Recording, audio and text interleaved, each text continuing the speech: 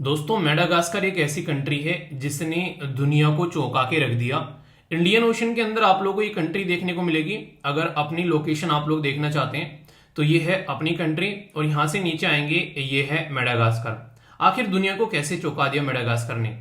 इस देश के अंदर में इतना खतरनाक कानून लेकर आया गया है रेपिस्ट के लिए कि लोग जो हैं जिसको सोचकर घबरा जाएंगे और हो सकता है कि आगे ऐसी दरिंदगी भरा काम न करें। मेडागास्कर के द्वारा बेसिकली एक पर्टिकुलर कानून के अंदर में चेंज कर कर ये कानून लाया गया है कि अगर कोई भी बच्चे के साथ में रेप करेगा, बच्चे के साथ में कोई दरिंदगी करेगा, उस पर्टिकुलर इंसान का क्या करेंगे, केमिकल कास्टेडिंग करेंगे उसके साथ में। यानी कि उस पर्टिकुलर इंसान की बेसिकली जो टेस्टिकल्स होते हैं उनको निकाल लिया जाएगा, या फिर आप लोग बोल सकते हैं कि उनको इस पोजीशन में किया जाएगा ताकि आगे फ्यूचर में वो कभी किसी के भी साथ में फिजिकल रिलेशन न बना सके। जैसे ये कानून आया दुनिया भर में ये ट्रेंड होने लगा, पर लेकिन जो अंतर्राष्ट्रीय मानव जो अधिकार संगठन है उसने इस कानून की काफी आलोचना की है। पर लेकिन अगर नॉर्मल जनता के बारे में आप लोग बात करोगे, हर एक इंसान ने इस कानून को अप्रिशिएट किया है, क्योंकि जो इस तरीके की हरकतें करते हैं वो इंसान कहलाने के लायक नहीं है। तो इसलिए यहां पर इसको अप्रिशिएट किया जा रहा है। ये बेसिकली एक तरीके की नपुंसक बनाने की केमिकल प्रक्रिया होगी, जिसके थ्रू अगर ये प्रूफ हो जाता है कि उस इंसान ने किसी बच्चे के साथ में कोई जघन्य अपराध किया है तो यहां पर फिर उसके खिलाफ ये एक्शन लिया जाएगा। इसी के साथ में मैं आप लोगों को कुछ डेटा बताता हूं। ये डेटा आप लोगों के सामने है नेशनल फैमिली हेल्थ सर्वे का, जो कि हमारे ही देश की एक सरकारी संस्था है जिसके द्वारा ये प्रस्तुत किया जाता है। सेक्सुअल वायलेंस इंडिया के अंदर में कैसे आप लोगों को देखने को मिलते हैं। नॉर्मली अगर आप लोग यहां पर देखोगे तो ये अलग अलग चीजें हैं। जैसे कई बार आप लोगों ने देखा होगा यहां पर, खासकर अगर फैमिली के अंदर भी आप लोग बात करते हैं तो यहां पर अपनी ही फैमिली का कोई पर्सन भी यहां पर ये हरकतें करता हुआ पाया जाता है। ये आप लोग देख सकते हैं। कोई फ्रेंड होता है, कोई यहां पर हस्बैंड होता है, वाइफ के साथ में कई बार उल्टी सीधी हरकतें करता है। कई बार पुलिस, कई बार डॉक्टर ये इस तरीके की हरकतें करते हुए पाए जाते हैं। अगर सिचुएशन आप लोग ये अपने यानी कि हमारे ही देश के अंदर में देखोगे तो यहां पर हमारे देश के अंदर भी रिसेंटली अभी कानूनों में बड़े बदलाव कर कर ये सिचुएशन जो है इसको चेंज करने की कोशिश की गई, पर अब तक कोई सोल्यूशन नहीं निकला। पर सोच के देखो, एक पर्टिकुलर इंसान है, उसने ये ऐसा जघन्य अपराध किया, अब उसको पता है कि तुमको जो है उम्र कैद की सजा मिलेगी। ये तो पता है उसको कि तुम जिंदा रहोगे, उम्र कैद की सजा मिलेगी। पर लेकिन अगर बोले कि इस इंसान को नपुंसक बना दो और फ्यूचर में ये ऐसा जघन्य अपराध न कर सके, तो सोच के देखो कि उस इंसान की रूह कांपेगी। और ये सुनकर फ्यूचर में दूसरे लोग जो होंगे वो भी इस चीज से बचेंगे, क्योंकि एक छोटा बच्चा यार, उसको पता भी नहीं है, उसकी जिंदगी अभी स्टार्ट भी नहीं है, उसके साथ में अगर कोई ऐसी दरिंदगी करता हुआ पाया जाता है तो ये कहीं ना कहीं आप लोग बोल सकते हैं कि ये मानसिकता दिखाता है कि उस इंसान को कितना नीचे गिर सकता है। तो मेरे हिसाब से तो ये कहीं ना कहीं एक बहुत ही बेहतरीन स्टाफ है, एक बहुत ही बेहतरीन स्टेप है, कहीं ना कहीं इस सिचुएशन को रोकेगा। बाकी आप लोग इसके बारे में क्या सोचते हैं आप लोग कमेंट बॉक्स में जरूर बताइएगा। ये सही है या फिर गलत है, हमारे देश में भी क्या इसको इंप्लीमेंट होना चाहिए, यस या फिर नो। और यहां पर क्या दुनिया भर के जो देश हैं वो अगर रेप को लेकर ऐसे स्टेप उठाएंगे तो क्या इससे आप लोगों को लगता है कि कहीं ना कहीं जो यहां पर जो ये सारी सिचुएशन है ये कंट्रोल होती नजर आएगी? तो आप लोग बताइएगा। इसके नेगेटिव इंपैक्ट भी हो सकते हैं। नॉर्मली अगर पता चलेगा किसी के साथ में ऐसा कुछ हो रहा है तो यहां पर ये भी चीज देखने को मिलती है कि उस पर्टिकुलर इंसान के द्वारा यहां पर हो सकता है कि जो यहां पर अगर कोई बच्चा इस तरीके के बच्चे के साथ में हरकतें की जाए तो उस बच्चे की जान भी ले ले, क्योंकि उसके बाद में उसको नपुंसक बनना है। तो ये नेगेटिव इंपैक्ट भी पड़ते हैं यहां पर इन चीजों की। तो प्रोज एंड कॉन्स दोनों ध्यान में रखकर आप लोग अपनी बातें कमेंट बॉक्स में लिख सकते हैं, ठीक है। तो क्वेश्चन भी आप लोगों से बन सकता है कि किस देश के द्वारा रिसेंटली अभी ये स्टेप उठाया गया है, तो आप लोग इसके बारे में भी याद रखेगा। अफ्रीकन एक कंट्री है जिसका नाम है मेडागास्कर, इंडियन ओशन के अंदर में, जिसने ये स्टेप उठाया। एक छोटी सी बात यार, कई बार मुझे ये मैसेज आते हैं, मेल आते हैं कि सर मॉर्निंग में हम लोग स्टार्ट करते हैं अच्छे से पढ़ना, जैसे ही वीडियो देखते हैं, पर जैसे जैसे दिन ढलता जाता है वैसे वैसे जो पढ़ने की इच्छा है वो भी कम होती चली जाती है और जोश भी कम होता चला जाता है। इसका कोई सोल्यूशन है? तो इसका सॉल्यूशन जो है वो अभी नहीं, हजारों साल पहले आप लोगों को देखने को मिलता है। कई जगह आप लोगों को भगवत गीता के अंदर भी किस समय को लेकर कई सारी बातें की गई हैं। इवन आप लोगों को टाइम टू टाइम, जैसे गौतम बुद्ध जी के द्वारा, स्वामी विवेकानंद जी के द्वारा भी टाइम के बारे में बड़ी ही सटीक बात बोली गई है। और वो क्या है कि अपने टाइम को पॉकेट्स में बांट दो। यानी कि आप लोग क्या करते हो, हमारा मन जो है वो कब आप लोगों को देखने को मिलेगा हैवी होता हुआ नजर आता है, जब हम लोगों ने कोई काम स्टार्ट किया और पूरे दिन उसी काम को लेकर बैठे रहे तो अंदर से डिमोटिवेट होने स्टार्ट हो जाते हैं। पर सोच के देखो, मॉर्निंग में आप लोग उठ गए, आप लोगों ने 3-4 घंटे के अंदर में बड़े बड़े काम निपटा लिए, जिसमें टेस्ट लगाना हो गया आप लोगों ने स्टार्टिंग में निपटा लिया, या फिर अपना कोई भी ऐसा काम जो आप लोगों को लगता है दिन भर में काफी रोके रखता है वो स्टार्टिंग में निपटा लिया।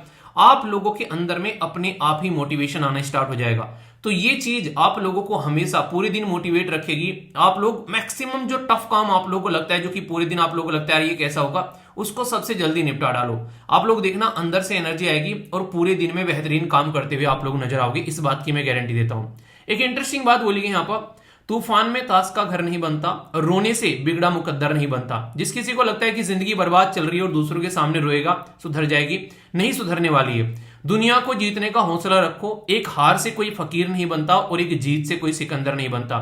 सिकंदर ने दुनिया को जीता, तब जाकर वो सिकंदर कहलाया। आप लोग अगर सोचते हो कि एक जिंदगी में कोई हार होगी और आप लोगों को लगता है जिंदगी तबाह हो गई, ऐसा नहीं हुआ करता।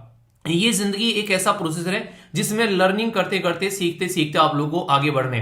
अगर इसको हार मानोगे तो आप लोग डिमोटिवेट होगी, पर लेकिन अगर इसको मानोगे कि नहीं ये तो लर्निंग का प्रोसेसर है, इससे कुछ सीखा है और आगे बढ़ते हैं, तो आप लोगों को वही चीजें सिखा के जाएगी और आप लोग पॉजिटिव फील करोगे। अब ये आप लोगों के ऊपर डिपेंड है कि आप लोग इसको कैसे लेते हैं।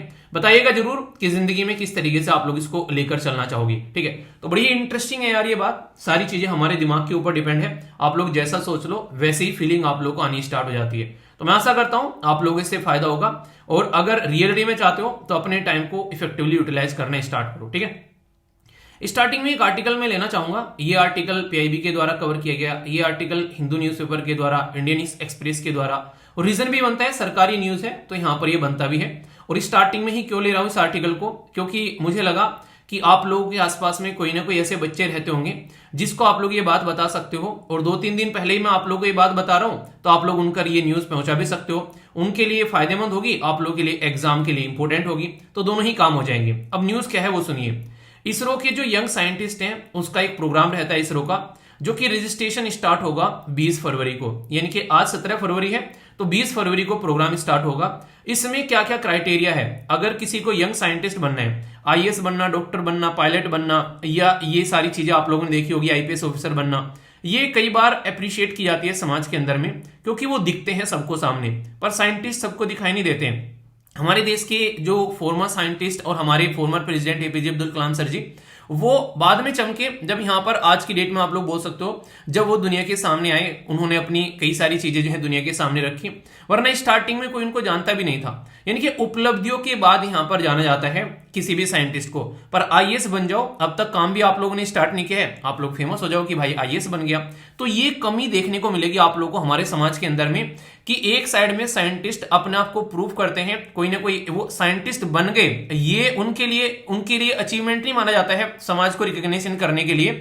जब तक वो कुछ बड़ा आविष्कार ना कर दे तब तक यहां पर उनको नहीं मानते हैं। पर आईएएस बनना ही ये बनता है कि बड़ा आविष्कार कर दिया इस बंदे ने, भले ही अब तक उसको एडमिनिस्ट्रेशन का ए क्यों ना आता हो। ठीक है, तो ये आप लोग समझ सकते हैं। तो ये समाज की सोच है, यही बदलनी है, और इसी को बदलने के लिए ISRO, Indian space research organisation, जो कि हमारे देश की एक बहुत ही एक उम्दा लेवल की ऑर्गेनाइजेशन है, बच्चों को ये चीज सिखाने के लिए आगे आती है। और इसका एक प्रोग्राम है जिसका नाम है यहाँ पर यूविका। आप लोगों के लिए कैसे फायदेमंद है, डायरेक्ट क्वेश्चन पूछ लेंगे कि यूवी का प्रोग्राम जो है वो किसके लिए है, तो ये इसरो के लिए, ये इसरो का प्रोग्राम है बच्चों के लिए। अब इसके लिए क्राइटेरिया क्या है आप लोग ये समझिए। सबसे पहले तो जो सबसे इंटरेस्टिंग चीज मुझे लगती है, हमारी सोसाइटी समाज के अंदर में नॉर्मली हम लोग साइंस को बड़ी टफ तरीके से देखते हैं, यानी कि लोग जो है साइंटिफिकली ना सोचना पसंद करते हैं, ना ही साइंस के बारे में ज्यादा पढ़ना पसंद करते हैं। तो ये रीजन है क्योंकि हम लोग ज्यादातर ज्यादा हम लोग अपने टाइम को हम लोग सोशल मीडिया और उन चीजों में लगाना पसंद करते हैं जहां पर दिमाग का ज्यादा इस्तेमाल ना हो। तो इसलिए इसरो यहां पर अवेयरनेस क्रिएट करने की कोशिश करती है, और इसी के चलते यहां पर साइंस एंड टेक को कहीं ना कहीं जनता के सामने रखने की कोशिश करती है, और इवन चाहे कोई गांव में क्यों ना रहता हो वहां तक भी इसको पहुंचाने की कोशिश की जा रही है इस प्रोग्राम को। जब मैं एलिजिबिलिटी क्राइटेरिया पढ़ रहा था तो मुझे काफी अच्छा लगा, क्योंकि इसमें बड़े ही नॉर्मल से एलिजिबिलिटी क्राइटेरिया रखे गए हैं ताकि छोटे से बच्चे के मन में साइंटिस्ट बनने की प्रक्रिया को उजागर किया जा सके। जैसे सबसे पहले तो उस बच्चे ने अपनी 8वीं पास की हो, यानी कि जस्ट 8th क्लास पास की हो, और वो 9th क्लास के लिए अप्लाई, जो 9th क्लास में स्टडी कर रहा हो, तो यहां पर करेंटली यानी कि 9वीं में वो बच्चा होना चाहिए, तो वो यहां पर इस प्रोग्राम के लिए अप्लाई कर सकता है। ठीक है, क्योंकि आप लोगों को पता होगा कि 8वीं तक का एक अलग सिस्टम रहता है, 9वीं 10वीं 11वीं 12वीं में एक ठीक कहीं ना कहीं पकड़ बनना स्टार्ट हो जाती है बच्चे की। ठीक है, वो अंडरस्टैंडिंग उसकी डेवलप होने स्टार्ट हो जाती है। दूसरा क्राइटेरिया क्या है, इसके अंदर टफ कंपटीशन आप लोगों को देखने को मिलेगा, किसी भी स्टेट या फिर यूनियन टेरिटरी से यहाँ पर मैक्सिमम 3 बच्चों को सेलेक्ट किया जाएगा यहाँ पर, और उन बच्चों को कवर किया जाएगा जो कि सीबीएसई, आईसीएसई या फिर स्टेट बोर्ड के सिलेबस को यहाँ पर ध्यान में रखते हुए ये पूरा प्रोग्राम बनाया गया। ऐसा नहीं कि सीबीएसई को ले लिया और उसमें बस भाई साहब वो टॉप कर गए, नहीं, सबको इंक्लूड किया गया ताकि अच्छे लेवल पर उसको पेपर को सेट किया जा सके। सिलेक्शन का बेस जो है वो 8th स्टैंडर्ड एकेडमिक परफॉर्मेंस भी देखी जाएगी, यानी कि 9th में तो है वो बच्चा, पर 8वीं में कैसी परफॉर्मेंस है उसकी। और इसी के साथ में जो मुझे इंटरेस्टिंग लगा वो है एक्स्ट्रा करिकुलम एक्टिविटीज, यानी कि एक्स्ट्रा करिकुलर एक्टिविटीज में नॉर्मली बच्चे कई बार पीछे रह जाते हैं, पढ़ाई में तो वो बने रहते हैं पढ़ने वाले कीड़े, पर लेकिन रियलिटी में दुनियादारी के बारे में वो बिल्कुल जीरो रहते हैं। तो यहां पर दोनों ही तरीके से चाहिए, उसको दुनिया का भी थोड़ा बहुत ज्ञान होना चाहिए, अपनी खेल कूद आसपास वो वाली चीजें भी रहेंगी, और दूसरा यहां पर उसका एकेडमिक भी ठीक होना चाहिए। तो दोनों को लेकर चलेंगे। जो और इंटरेस्टिंग यहां पर बात है वो क्या है कि यहां पर अगर स्टूडेंट बिलोंग करता है रूरल एरिया से, ठीक है, तो उसको स्पेशल वेटेज दिया जाएगा, जिसने मेरा दिल खुश कर दिया। सोच के देखो, सिलेक्शन क्राइटेरिया में गांव के बच्चे को ज्यादा प्रेफरेंस दिया जा रहा है ताकि गांव से दूर दराज वाले एरिया से साइंटिस्ट निकल कर आ सके।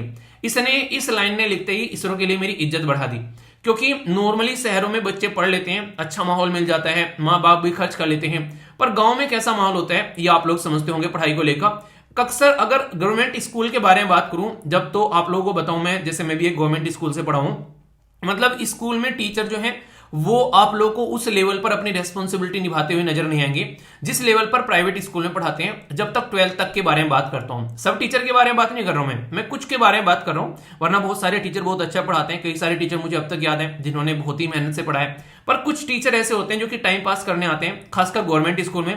प्राइवेट में उनकी परफॉर्मेंस देखी जाती है, उनसे रिजल्ट मांगा जाता है तो वो अच्छा काम करते हैं। तो गांव वाले बच्चों के लिए अगर क्राइटेरिया है तो ये काफी अच्छा रहेगा। ये एक तरीके से कहीं ना कहीं एक नई उमंग जब आएगा गांव में, ठीक है। अगर बात की जा रही है इन देयर केस, जो टाई है बिटवीन जो सिलेक्टेड कैंडिडेट है, यंग साइंटिस्ट जो कैंडिडेट है, उनको प्रायोरिटी दी जाएगी यहां पर काफी अच्छे लेवल पर, तो ये अच्छा देखने को मिलेगा। 2 वीक का रेजिडेंशियल प्रोग्राम है, ये शानदार है। इसरो आप लोग को खुद रहने खाने पीने की फैसिलिटी प्रोवाइड कराएगा 2 हफ्तों के लिए। इसरो ऑफर कर रहा है भाई साहब इसको, ठीक है। इसमें इंक्लूड किया जाएगा, इनवाइट किया जाएगा टॉक्स के लिए जो भी एक्सपीरियंस है या फिर जो एमिनेंट साइंटिस्ट है, मान लीजिए जैसे एपीजे अब्दुल कलाम सर होते हैं, वो आप लोग के सामने आकर बैठेंगे, या आप लोग इसरो की लैब में विजिट कर सकते हैं, क्योंकि अगर उन चीजों को आप लोग देखोगे तो आप लोग के अंदर में एक नई भावनाएं जागृत होंगी। जैसे मुझे एयरफोर्स में जाना था, एयरफोर्स का पायलट बनना था, क्योंकि आर्मी से मेरे फादर साहब हैं और मेरे मामा जी एयरफोर्स से रिटायर हैं, तो मुझे लगता था कि यार मजा आएगा, ठीक है। पर लेकिन सिचुएशन ऐसी नहीं बन पाई, पर फिर भी अगर कुछ भी ऐसा दिखता था आर्मी से रिलेटेड मूवी, एयरफोर्स से रिलेटेड मूवी, तो एक अलग ही अंदर से मतलब यानी अंदर से अलग ही उत्साह निकाल कर लेकर आती है। तो ये आप लोग समझ सकते हैं, ठीक है। तो ये देखो यहां पर कहीं ना कहीं जो क्राइटेरिया रखे गए बड़े ही प्यारे हैं यहां पर ये, और बोला गया कि मिनिमम पार्टिसिपेशन इंश्योर किया जाएगा, इसीलिए बोला गया कि मिनिमम 3 यहां पर मतलब 3 कैंडिडेट यहां पर रखे गए किसी पर्टिकुलर स्टेट से, ताकि हर एक स्टेट को यहां पर पार्टिसिपेशन देखने को मिले। तो बड़ा ही शानदार प्रोग्राम है यहां पर यंग साइंटिस्ट के लिए। आपके आसपास में अगर कोई बच्चा है ऐसा पढ़ने में मेधावी है, अच्छी परफॉर्मेंस है, तो आप लोग भी उसको बोल सकते हैं। आपके स्टेट से 3 बच्चे चूज होंगे, और अगर आपके आसपास में कोई बच्चा अगर ऐसा पढ़ने में और उसका सिलेक्शन हो जाता है, तो सबसे इंटरेस्टिंग बात यह देखने को मिलेगी कहीं ना कहीं, जो मैं आप लोगों को बताना चाहूंगा कि उस बच्चे के कॉन्फिडेंस जो है वो नेक्स्ट लेवल का आप लोगों को नजर आएगा, ठीक है। अब क्वेश्चन क्या बन सकता है एग्जाम में, यंग साइंटिस्ट प्रोग्राम के बारे में आप लोगों से डायरेक्ट क्वेश्चन पूछा जा सकता है। जैसे बोला गया कि ये 1 मंथ का एक रेजिडेंशियल प्रोग्राम है जो कि इसरो ऑफर कर रहा है। 3 स्टूडेंट फ्रॉम ईच स्टेट और यूनियन टेरिटरी इसमें पार्टिसिपेट करेंगे, और यहां पर सब कुछ कवर किया जाएगा सिस्टमेटिक वे में, चाहे सीबीएसई हो, चाहे आईसीएसई हो, चाहे स्टेट बोर्ड हो। कौन सी स्टेटमेंट करेक्ट है बताना है, ओनली 1, ओनली 2, बोथ 1 and 2, या none of the above. A B C या फिर डी सही आंसर क्या है ये आप लोग को बताना है, ठीक है। तो मैं ऐसा करता हूं आप लोगों को समझ में आ गया होगा, वीडियो को पॉज कर आंसर आप लोग दे सकते हैं। आंसर यहां पर बी है, क्योंकि 2 वीक का प्रोग्राम है ना कि 1 मंथ का प्रोग्राम है, और यहां पर इसरो है। हो सकता है कि एग्जाम में आप लोग को डीआरडीओ लिखा हुआ भी मिले, तो ये बात आप लोग समझ सकते हैं। आई होप कि आप लोग ये मैंडमिस को लेकर क्लैरिटी आई होगी। फिर भी कोई कंफ्यूजन है तो बताना, उसको दूर किया जाएगा। अच्छा, आगे बढ़ने से पहले आप लोग का वो तो रह गया, कल का दिन कैसा रहा, आज के दिन को कैसे यूटिलाइज लेकर चलने वाले हो, तो आप लोग जरूर बताना। तो यहां पर इससे मुझे पता चलेगा कि हाँ आप लोग चीजों को कैसे लेकर चल रहे हो, और आज के दिन को कितना मार्क्स आप लोग दोगे। और फीडबैक जरूर देना, लेक्चर अच्छा या बुरा जैसा भी लगे, उन्हें कुछ दाग अच्छे होते हैं, तो अच्छा लगे तो अच्छा बताइए, बुरा लगे तो बुरा बताइए, लाइक या फिर डिसलाइक कर। इससे मेरा भी मनोबल बढ़ता है कि हाँ आप लोगों के लिए जो कंटेंट प्रस्तुत कर रहा हूं उसमें कोई क्वालिटी है और आप लोगों को पसंद आता है, तो दूसरों के साथ भी शेयर किया करो। 1 सेकंड लगती है फीडबैक देने में, तो ये आप लोग का रेस्पॉन्सिबिलिटी की तरीके से लेना है, और ये आप लोगों को बताएगा कितने डिसिप्लिन है आप लोग, कितनी मेमोरी है आप लोग की, कि आप लोग इसको याद भी रख पाते हो। बाकी ये 4 क्राइटेरिया है, अगर इनको इंप्लीमेंट करके चलोगे जिंदगी में इतना सुधार आएगा कि जिंदगी भर याद रखोगे कि हाँ यार ये उस टाइम पर ये चीजें इंप्लीमेंट की थी और आज तक फायदा देखने को मिल रहा है। तो ये आप लोग जरूर याद रखेगा। आई होप कि मेरी बात आप लोग के माइंड में क्लियर होगी। आइए अब आगे बढ़ते हैं। डाउन टू अर्थ जो है वो काफ़ी इंपॉर्टेंट सोर्स माना जाता है यार। जब भी कोई ऐसा आर्टिकल आता है ग्लोबल वार्मिंग के बारे में, ज्योग्राफी के बारे में, किसी भी तरीके से अगर इन्वायरमेंट की स्टडी के बारे में, तो बहुत ही शानदार तरीके के आर्टिकल लिखे जाते हैं यहाँ पर। इनके द्वारा बोला जा रहा है कि अगर अभी भी हम लोग चीज़ों को कंट्रोल नहीं कर पाए, जैसे कि अगर हम लोग टेम्परेचर जो है 1.8 डिग्री अगर इसके ऊपर हम लोग चले गए, इससे नीचे अगर हम लोग उसको लिमिट नहीं कर पाए, तो जो लॉस होगा आइस सीट, यानी कि जो भी ग्लेशियर वगैरह जो भी पिघलते हुए जा रहे हैं, जो भी आज के डेट में पानी बनता जा रहा है, वो इरिवर्सेबल होगा। इरिवर्सेबल का मतलब क्या है? ये बिल्कुल ऐसे ही है जैसे अगर एक इंसान ने अपना वेट जो है वो बेसिकली बढ़ाना स्टार्ट कर दिया, और वेट जो है वो बढ़ता जा रहा है बढ़ता जा रहा है, वो कंट्रोल नहीं कर रहा है। एक टाइम पर जाकर उसका वेट ऐसा हो गया कि उसके पैरों ने काम करना बंद कर दिया उसके वेट की वजह से। इतना हैवी वेट उस इंसान का हो चुका है, वो बेसिकली बैठ गया चेयर के ऊपर, अब वो उठ भी नहीं पा रहा है, चल भी नहीं पा रहा है। तो उसके लिए ये वेट घटाना अब इरिवर्सेबल हो जाएगा। क्यों? क्योंकि वो चल ही नहीं पा रहा है। जब चल नहीं पाएगा तो इंसान एक्सरसाइज कैसे करेगा? अब ये ऐसा हो चुका है कि ये वेट ही इस इंसान को जो है वो लेकर डूबने वाला है। तो यानी कि किसी ऐसी सिचुएशन में यहां पर पहुंच जाना कि उसको रिकवर ना करे। आप लोगों ने कई बार सुना होगा कि आंखों से कई बार चश्मे भी हट जाते हैं अगर प्रॉपर एक्सरसाइज आप लोग करो, अगर टाइम पर सो और उठो डेली। जैसे आप लोग बैठ रहे हो लैपटॉप के सामने या कोई भी मोबाइल वगैरह यूज कर रहे हो, एक एक घंटे में अगर पानी के छपके आप लोग आंखों पे मारते रहो, पानी अगर आंखों ठंडा पानी आंखों को धुलते रहो, तो रिलैक्स आप लोगों को काफी ज्यादा उससे देखने को मिलेगा। इसी के साथ में कई सारी और चीजें होती हैं जिनको आप लोग इजिली रिवर्स कर सकते हैं। ठीक है, तो यहां पर कहीं ना कहीं उसी के बारे में यहां पर बात की जा रही है कि अगर हम लोगों ने यहां पर नहीं रुके तो फिर इसको रिवर्स करना भूल जाओ, इतना ज्यादा चीजें जो हैं वो खराब होती यहां पर नजर आएगी। तो इसके बारे में यहां पर बात की जा रही है। अगर 2 डिग्री पर पहुंच गया तो फिर तो यार कहानी खराब हो जाएगी। तो ये एक रिपोर्ट आप लोगों को देखने को मिल रही है जीएस पेपर 2 के साथ में, आप लोग इसको कनेक्ट करके देख सकते हैं। तो अकॉर्डिंग टू द जो रिसेंट स्टडी यहां पर देखने को मिल रही है, नेचुरल जो कम्युनिकेशन यहां पर जो पब्लिश की गई नेचुरल कम्युनिकेशन के अंदर में, तो लिमिट करने की बात की जा रही है ग्लोबल टेम्परेचर। तो यूएन का जो मैंडेट है पेरिस क्लाइमेट एग्रीमेंट का, वो तो 2 डिग्री है, पर लेकिन यहां पर ये बोल रहा है कि 2 डिग्री ज्यादा हो जाएगा भाई साहब। ठीक है, आप लोग को 1.8 तक ही कंट्रोल कर लेना चाहिए अगर चीजों को आप लोग रिवर्स करना चाहते हैं। क्योंकि अगर यहां पर 1.8 पर हम लोग इसको नहीं कर पाए तो फिर इरिवर्सेबल हो जाएगा। और जितने भी यहां पर ये आप लोगों को देखने को मिल रहे हैं, ग्रीनलैंड हो गया, आइसलैंड हो गया, इसके बारे में मैंने आप लोगों से डिस्कस किया था कि ऑलरेडी यहां से बर्फ जो है वो पिघलना स्टार्ट हो चुका है काफी लार्ज स्केल पर। आप लोगों ने देखा होगा खासकर हिमालयन रीजन में, अभी देखा ना लद्दाख के अंदर में कई सारे प्रोटेस्ट भी चल रहे हैं, वहां पर भी कई सारे मुद्दों को लेकर। तो आज की डेट में कहीं पर भी आप लोग चले जाओ, वहां से बर्फ के पिघलने की बातें आ रही है। यूरोप में जिसमें कहते हैं सर्दी में बेसिकली बिल्कुल कंडीशन खराब रहती है, वहां पर भी हाईएस्ट लेवल पर टेम्परेचर अभी रिसेंटली यहां पर देखने को मिला। तो आप लोग इससे अंदाजा लगा सकते हैं अगर ये ऐसे ही पिघलते रहे तो ये खतरनाक लेवल पे चीजें पहुंचेगी। अंटार्कटिका में भी यहां पर आप लोग कई सारे ऐसे ग्लेशियर देखने को मिलेंगे, जैसे थ्वेट्स ग्लेशियर के बारे में बात की जा रही है, जिसे डूम्स डे ग्लेशियर के नाम से भी बोलते थे, वो भी पिघलता हुआ जा रहा है, उसकी भी कहानी खराब हो रही है यहां पर। और बोला जा रहा है कि इसी पैटर्न में चलते रहे तो जल्दी ही ये चीजें जो है वो खत्म होती हुई नजर आएगी। और सी लेवल का टेम्परेचर जो है वो बहुत ही ज्यादा बढ़ता हुआ यहां पर नजर आएगा। इसी पैटर्न में चलते रहे तो बोला यह जा रहा है कि सी लेवल का टेम्परेचर जो लेवल है बेसिकली वो 1.4 मीटर तक बढ़ जाएगा अगर यहां पर बेसिकली 2150 में हम लोग जब जाकर बैठेंगे। तो इसको किसी भी तरीके से रिवर्स करना जो है वो मुश्किल हो जाएगा। और सी लेवल बढ़ने का मतलब आप लोग समझ रहे हो, ये एक ऐसी साइकिल है यार। अगर आज की डेट में बिल्कुल ऐसी है, जैसे अगर मैं आप लोगों को थोड़ा सा बताना चाहूँ, थोड़ा सा उदाहरण, हालांकि अटपटा लगेगा आप लोगों को।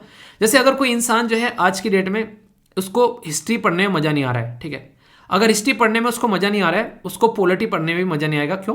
क्योंकि पॉलिटी का जो खासकर स्टार्टिंग वाला सेक्शन है कि कैसे कैसे संविधान बना है, वो पूरा हिस्ट्री से निकल कर आता है, तो उसको वो चीजें पढ़ने में मजा नहीं आएगा। तो इस तरीके से जो इंसान है, अगर कोई भी उसका आर्टिकल जो है हिस्ट्री और पॉलिटी से रिलेटेड अगर कोई आएगा, वो उनको स्किप करना स्टार्ट कर देगा। तो इस तरीके से समझो कि ये सब्जेक्ट जो है वो उसके खराब होने स्टार्ट हो जाएंगे। वो सबको भी कहेगा कि ये सब्जेक्ट जो है वो बहुत ही टफ है, तो ये कंडीशन बनने लगती है, तो ये साइकिल चलने लगती है। फिर उसका पढ़ाई से ही मन हटने लगेगा जहां जहां पर भी ये चीजें दिखने लगेंगी। तो इंसान जो है जब एक चीज पर मेहनत करने से रुक जाता है तो उसका इंपैक्ट दूसरी जगह भी देखने को मिलता है। ठीक है, तो ऐसे आप लोग समझ सकते हैं। तो यानी कि थोड़ा सा उदाहरण आप लोगों को देता हूं, जैसे कि आज की डेट में आप लोगों ने गाड़ी चलाई, गाड़ी में से जो है बेसिकली क्या निकला, गाड़ी में से धुआं निकला, गाड़ी में से आप लोगों ने कार्बन डाइऑक्साइड निकाला।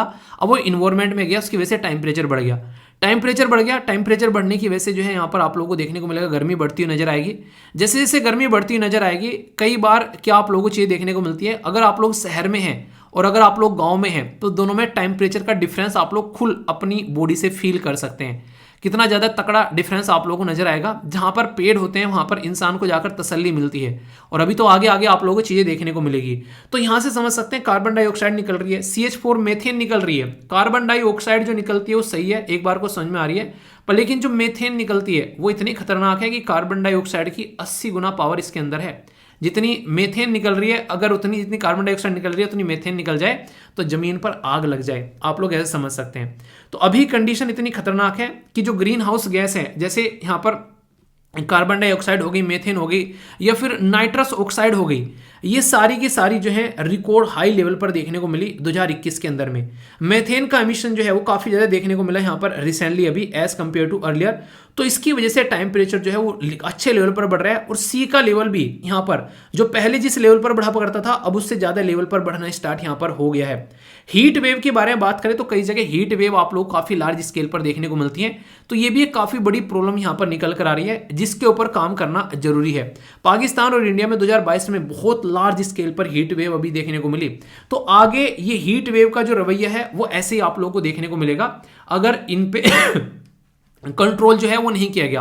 तो क्लाइमेट चेंज के बारे में जब मैं बात करता हूं ना, तो ग्रीन हाउस गैस का मिशन आप लोगों को निकलता हुआ नजर आ रहा है। इसीलिए हम लोग क्या कर रहे हैं, हम लोग ऑल्टरनेटिव चीजें ढूंढ रहे हैं। आज की डेट में आप लोगों ने कई बार देखा होगा, हम लोग किसके बारे में बात कर रहे हैं, बैटरी के जो व्हीकल के बारे में बात कर रहे हैं, हाइड्रोजन फ्यूल के बारे में हम लोग बातें कर रहे हैं, सोलर और विंड एनर्जी के बारे में हम लोग बातें कर रहे हैं। तो ये इसीलिए कर रहे हैं क्योंकि अगर इनके ऊपर शिफ्ट नहीं होंगे तो दिक्कतें होने वाली है। टेम्परेचर इंक्रीज होता है तो वो एक तरीके से एक साइक्लिक इंपैक्ट देखने को मिलेगा। हीट हो रही है, ओशन गर्म हो रहा है, उसकी वजह से जो पानी के नीचे जो बेसिकली जीव जंतु रह रहे हैं वो दिक्कतें पड़ जा रहे हैं। लाइफ बिलो वाटर ये सस्टेनेबल डेवलपमेंट गोल है। आप लोग देख सकते हो कौन से नंबर का गोल है, बताओ आप लोग जरा।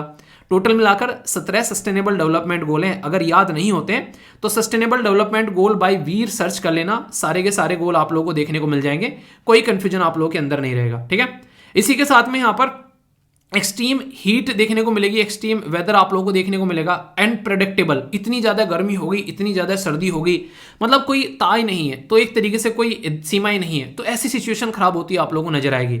सी लेवल तो बढ़ेगा ही बढ़ेगा यार, नॉर्मल सी बात है। यहाँ पर जब सी लेवल बढ़ेगा तो हमारे ऊपर भी दिक्कत पड़ेगी। हमारा भी लगभग साढ़े सात हजार जो कोस्टल एरिया है, सोचो कोस्टल एरिया में रहने वाले लोगों का हाल क्या होगा। अंडमान निकोबार अगर बात करें, इसी के साथ में जो साइड में अगर आएंगे आप लोग अरेबियन सी के अंदर में, तो वहां पर लक्षद्वीप, हमारा बहुत बड़ा पोर्शन जो है समुद्र के अंदर में हमारे लोग रहते हैं। तो क्या कंडीशन होगी आप लोग यहाँ पर इसके बारे में आप लोग बता सकते हैं। हम लोग काम कर चुके हैं कि हम लोग ये करेंगे वो करेंगे, स्टेप उठाएंगे, पर लेकिन इन रियलिटी ग्राउंड लेवल पर सोल्यूशन निकलते हुए अब तक भी नजर नहीं आ रहे हैं। दुनिया जो है सॉल्यूशन निकालने के पीछे लगी तो है, पर रियलिटी में सॉल्यूशन निकल नहीं रहा है। ये बिल्कुल ऐसे ही है कि हाँ लगे तो हैं पर लेकिन रियलिटी में रिजल्ट आ नहीं रहा है। तो उसी के पीछे यहाँ पर क्लाइमेट चेंज के बारे में बात करूंगा। पेरिस एग्रीमेंट हो गया, यूएन के सस्टेनेबल डेवलपमेंट हो गए, ग्लासगो में बैठकर बातें करना कि हाँ ऐसा करेंगे वैसा करेंगे, ये सारी बातें हो गई। पर इन रियलिटी में जो फाइनल रिजल्ट की तरफ को नज़र डाली जाती है वो उतना एस्पेक्ट, उतना एक तरीके से अच्छा नज़र नहीं आता जितना एक्सपेक्ट जो यहाँ पर किया जाना चाहिए। हमारे देश का भी अगर बात करें तो हमारे पास में भी कई सारे प्लान हैं, जैसे कि यहाँ पर बात करते हैं NAPCC के बारे में। तो ये क्या है, नेशनल जो एक्शन प्लान है ऑन क्लाइमेट चेंज। तो ये आप लोगों को यहाँ पर जो देखने को मिल रहा है, तो इसके बारे में अगर बात करें तो बहुत सारी चीज़ें हैं हमारे पास में। सोलर मिशन हम लोग लेकर आ रखे हैं, ठीक है। सस्टेनेबल हैबिटेट के बारे में हम लोग बात कर रहे हैं, नेशनल वाटर मिशन के बारे में बात कर रहे हैं, नेशनल मिशन ऑन गंगा है, national mission on sustainable agriculture है। तो बहुत सारी ऐसी चीज़ें जो हम लोग काम कर रहे हैं। तो इसके तहत आप लोग समझ सकते हैं हम लोग बहुत अच्छे अच्छे स्टेप उठा रहे हैं। उसी के साथ में इंडिया कूलिंग एक्शन प्लान आप लोगों को देखने को मिलेगा, जो कि इसी और एक बढ़ता हुआ नजरिया है। कहीं ना कहीं नेचर के साथ में मिलकर हम लोग अपने आप को आगे बढ़ा रहे हैं। तो यार तरीके हैं बहुत सारे काम करने के, पर इन रियलिटी तरीका वही अच्छा है जिससे रिजल्ट जो है वो ग्राउंड लेवल पर देखने को मिले। ठीक है, होने की एक तरीके से कि हाँ कह तो रहे हैं कि वेट कम करना है पर एक्सरसाइज करने के लिए तैयार नहीं है। तो कुछ ऐसे ही आप लोगों को यहाँ पर देखने को मिलेगा जो हमारे जो इस तरीके की हरकतें करते हुए नजर आ रहे हैं सारे देश मिलजुल कर। इंटरेस्टिंग क्वेश्चन पूछा गया 2016 में यहाँ पर बेसिक एक स्टेटमेंट अगर आप लोग यहाँ पर पकड़ लेंगे तो खासकर कई सारे क्वेश्चन आप लोग सोल्व कर लेते हैं।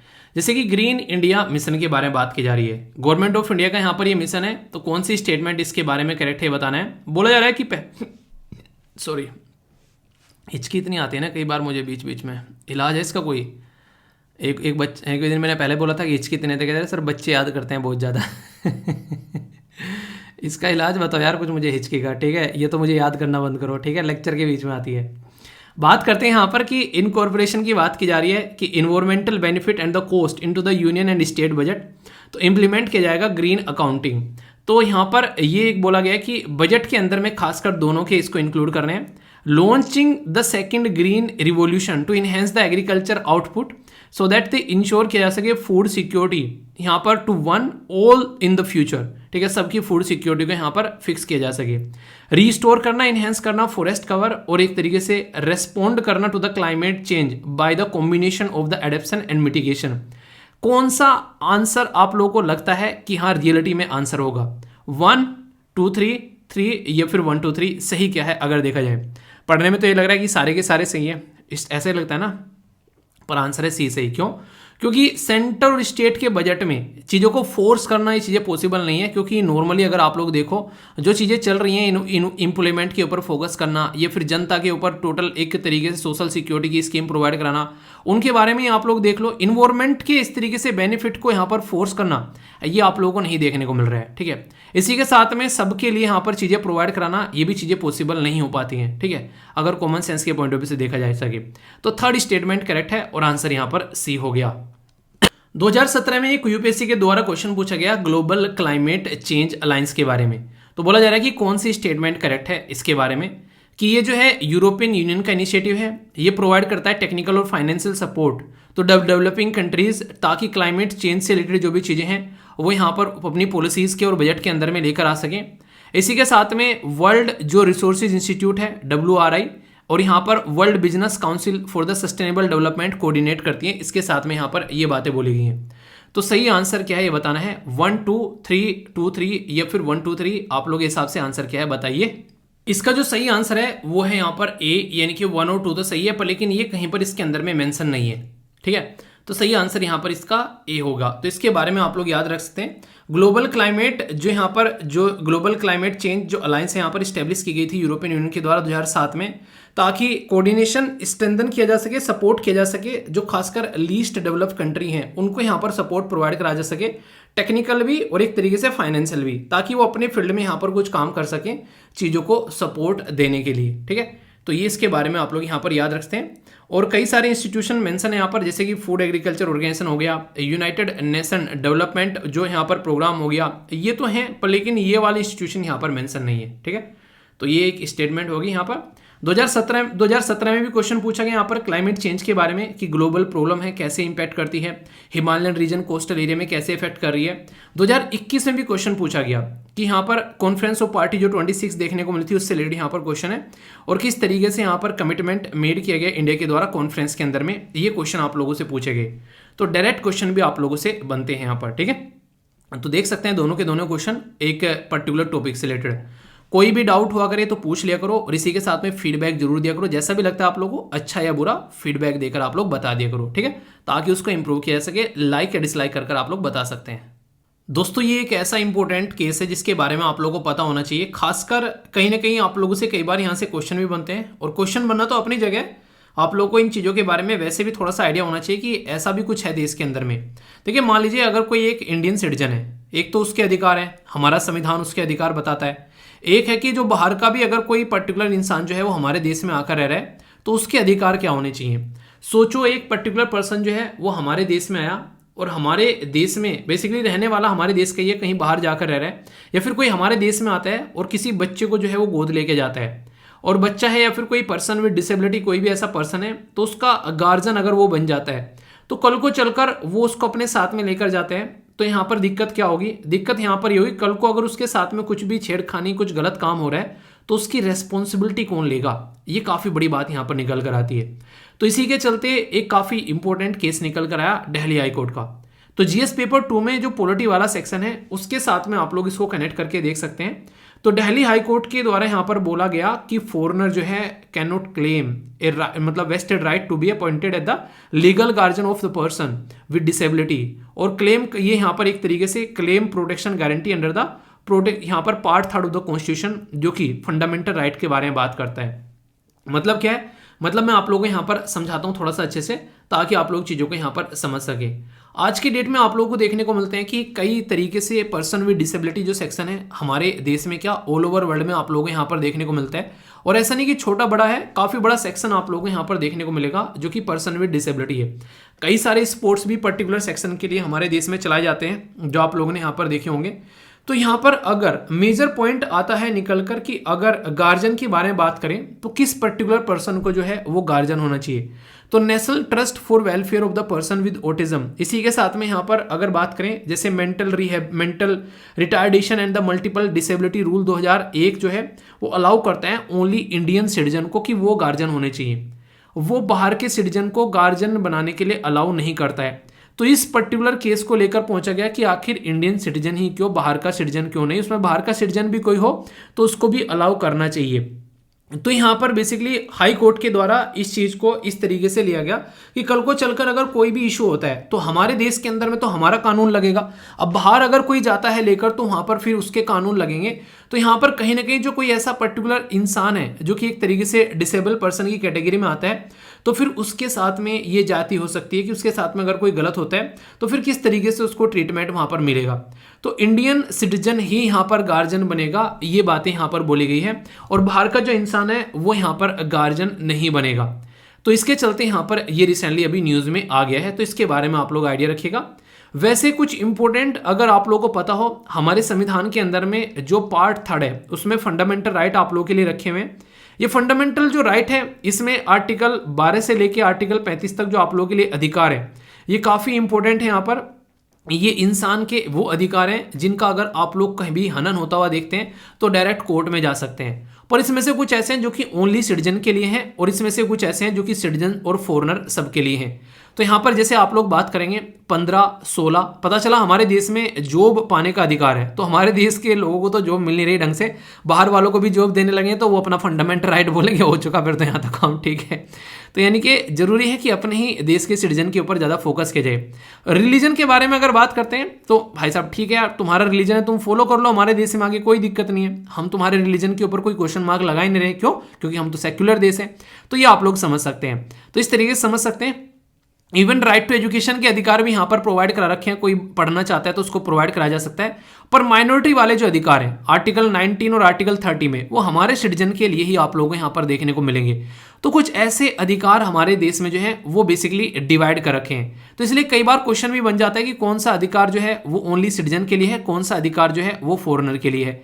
तो 15, 16, 19, 29 और 30 इनके बारे में एटलीस्ट आप लोगों को याद रखना है। 15 जो आर्टिकल है यहाँ पर ये बात करता है कि कोई भी डिस्क्रिमिनेशन नहीं किया जाएगा on the ground of race, religion, caste, sex और प्लेस ऑफ बर्थ, यानी कि कोई भी डिस्क्रिमिनेशन नहीं होगा। पर हाँ, अगर कोई हमारे देश का नहीं है तो उसमें डिस्क्रिमिनेशन होगा, हमारे देश का नहीं है।